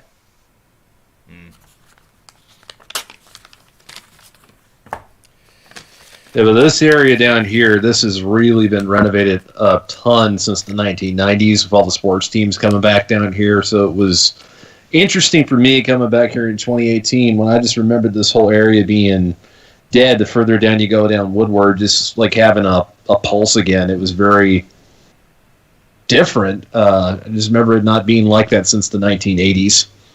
Yeah, this is one of those areas that has really seen a revival in recent years. We mentioned at the top that there are parts of the city that have really started to come back, and this is one of them, I'd say. Are we next to the casino here? Which one? Is that one area, the Greek town, right around the casino that was one of the still nice places when I visited? I think that's a couple blocks east of Grand Circus from exactly where the Greek town was. No, a couple blocks, but basically adjacent to this, that this nexus is growing with it. Yeah, the Hudson's building. You remember they used to have the parade down there every year. I'm not sure if they still hold that though. That was a pretty large building. I remember when that got imploded in the 90s. But yeah, it does make sense that the immediate downtown area would see a revival with the Lions moving back to the city and the Tigers moving across town to a new facility. And now with the other teams joining them recently here with Little Caesars Arena opening. There's all of a sudden a lot more to do downtown than there was, say, 20 years ago. There's a lot of good restaurants down there, especially Coney Island restaurants. That's what we did after Tigers game back in 2018. We just walked around eating food. Yeah. It used to be the only thing to do downtown was to get the hell out, so... Yes. That was another thing. It was actually very inviting. Like, it was usually, I want to get the hell out of here. Or at least that's how I remember it. Yeah. But Tom, you went to Tigers games at the old stadium, right? Yeah, at Tiger Stadium for years and years and years. So, I wanted to ask you about that because that's obviously a ballpark that is still revered to this day, even though it's been gone for 2 decades. Yeah. What was the experience like? Like, what do you remember about that place? You were on top of everything going on the field. Like, it was really unique among the major league parks. Like, you could be even in the second deck and you're just like right on top of what's going on in the game. As far as accommodations, it was absolutely abysmal, but just the uniqueness of the stadium was really always a huge draw. Like, my dad, me, and my grandpa would go down there all the time. We'd probably hit like 10, 20 games a year down there. Comerica, or whatever they call Comerica now, it might be still Comerica. I'm not even really sure if it's Comerica anymore. It's nice. They got some cool things going on with those statues. Very inviting. Real good location in downtown, right across the Fox Theater. But it's just the problem with these newer ballparks, in my opinion, they can't replicate that old feel. That like a Wrigley Field's going to give you, or a Fenway, and that's what Tiger Stadium had. It is Comerica, and you're talking about like with the nosebleed sections. Yes. Yeah, you got to get lower decks. I was at Wrigley back in 2012 before they renovated, and yeah, there's probably still got the poles in front that block your way. Yeah, that was a huge problem at Tiger Stadium too. But if you knew where to get a ticket, usually that was a non-issue. They got a lot of like biker gangs too in the '80s that would go to Tiger Stadium, so you had to kind of like be careful what areas you'd sit in.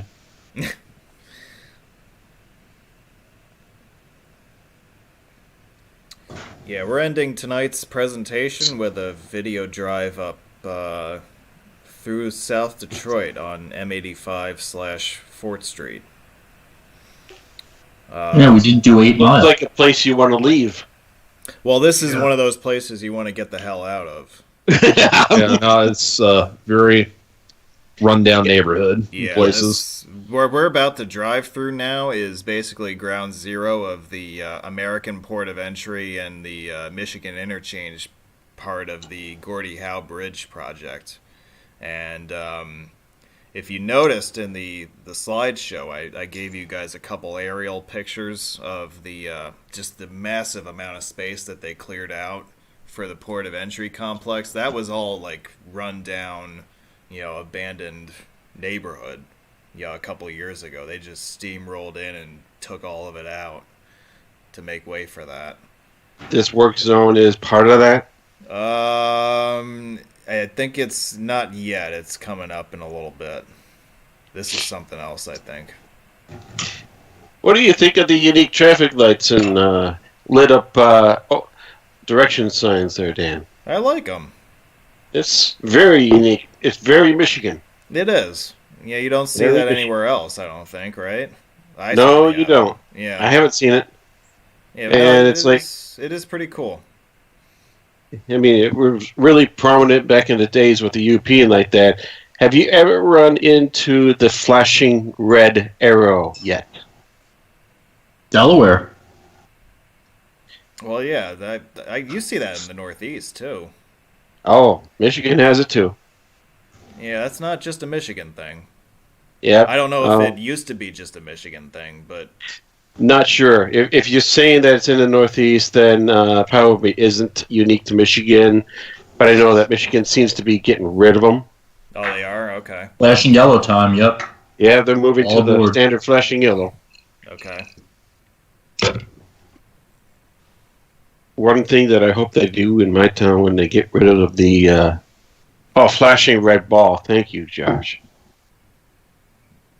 Yeah, this work area, this work zone we're coming up on is related to Gordie Howe. Like, they have some cross streets closed just because when they cleared out all the space for the port of entry, they just severed a bunch of connections with the cross streets. So, like, you'll just see, like, there are a few streets here that are blocked off or just plain no longer exist. But, yeah, this stretch here, the port of entry would be on our right, a couple blocks over. Eventually, as we get to like either the next traffic light or the light after that is where you're going to have the overpass for the Michigan interchange. There's like a clearing, and yeah, I think it's right coming up here. Oh yeah, you're going to have the overpass for the Michigan interchange ramps. I can see where it's all empty now. Yeah, well, a lot of it was empty beforehand. Like this was just abandoned. This was one of the worst parts of any American city, frankly. And yeah, but so they came in and they cleared out all that stuff, and now they're gonna build a bunch of duty-free and port of entry buildings there instead. Blame Canada. Yeah. And this neighborhood here is also not that bad, so it's, or maybe not right here, but getting into it. So I can see the potential to connect some of the downtown renovation out this corridor also.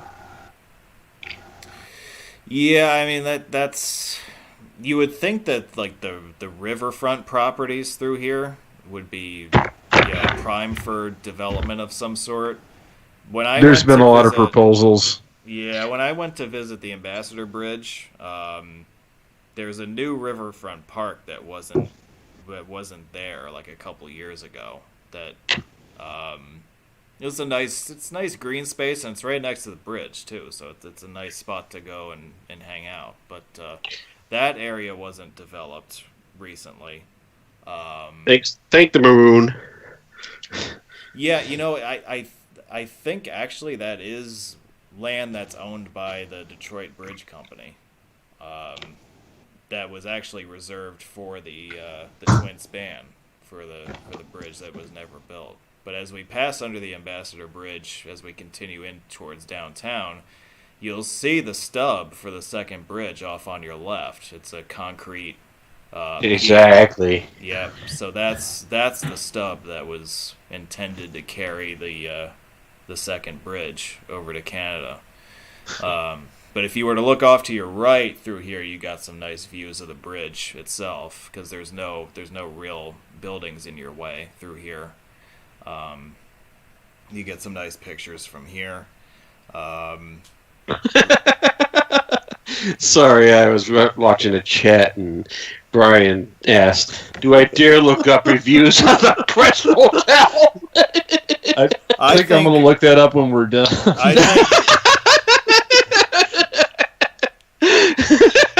Sorry, guys. Scott, I And think it's got 2 stars on Yelp. Oh, Hey, somebody left happy. Does it have hourly rates? One person had their tablet returned when they left it there. Honest establishment. It's good. They Plus. don't do overnight stays at this motel, only $25 every 3 hours.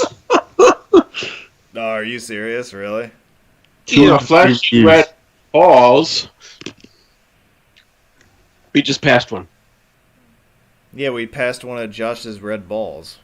Yes. With the left on top of it. Yep. That's the ancient version of the flashing yellow arrow.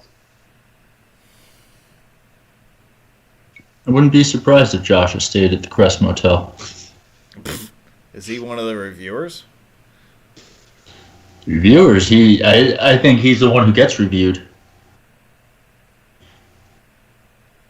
Oh, come on. Boo. You're just not admitting it. Yeah, so welcome to downtown. Approaching it from this angle is not as impressive. We mentioned before that the approach on Woodward that we just saw and the approach on Good River Avenue is, I think, more impressive. But this is still a solid entry to the city center. And we are going to wrap this up in a few minutes. So I do want to thank Steve from alpsroads.net for joining us. Scott from the AA Roads Forum was on the panel as well, in addition to Tom from Gribble Nation.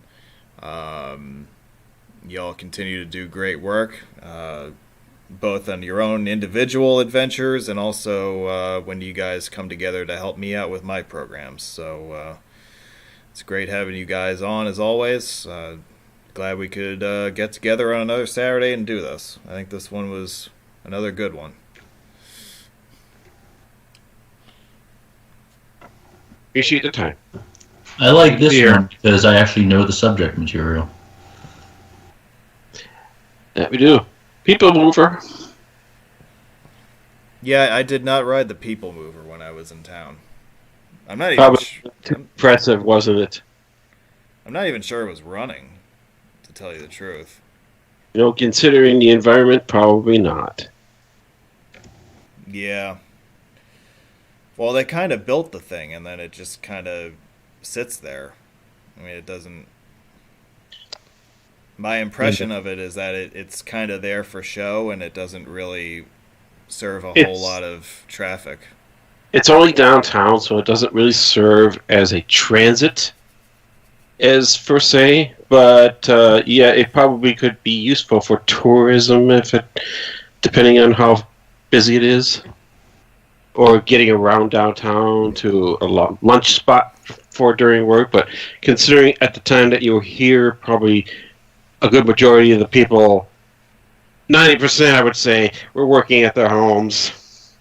That's probably not very useful right now.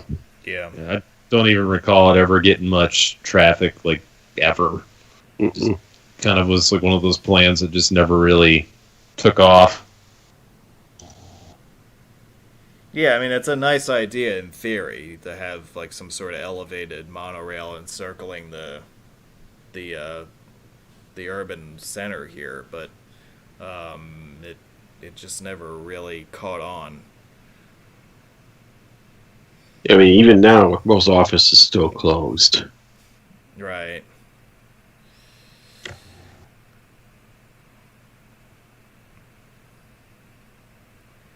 Yep, and this video took us all the way from the hood of South Detroit back to the Ren Center.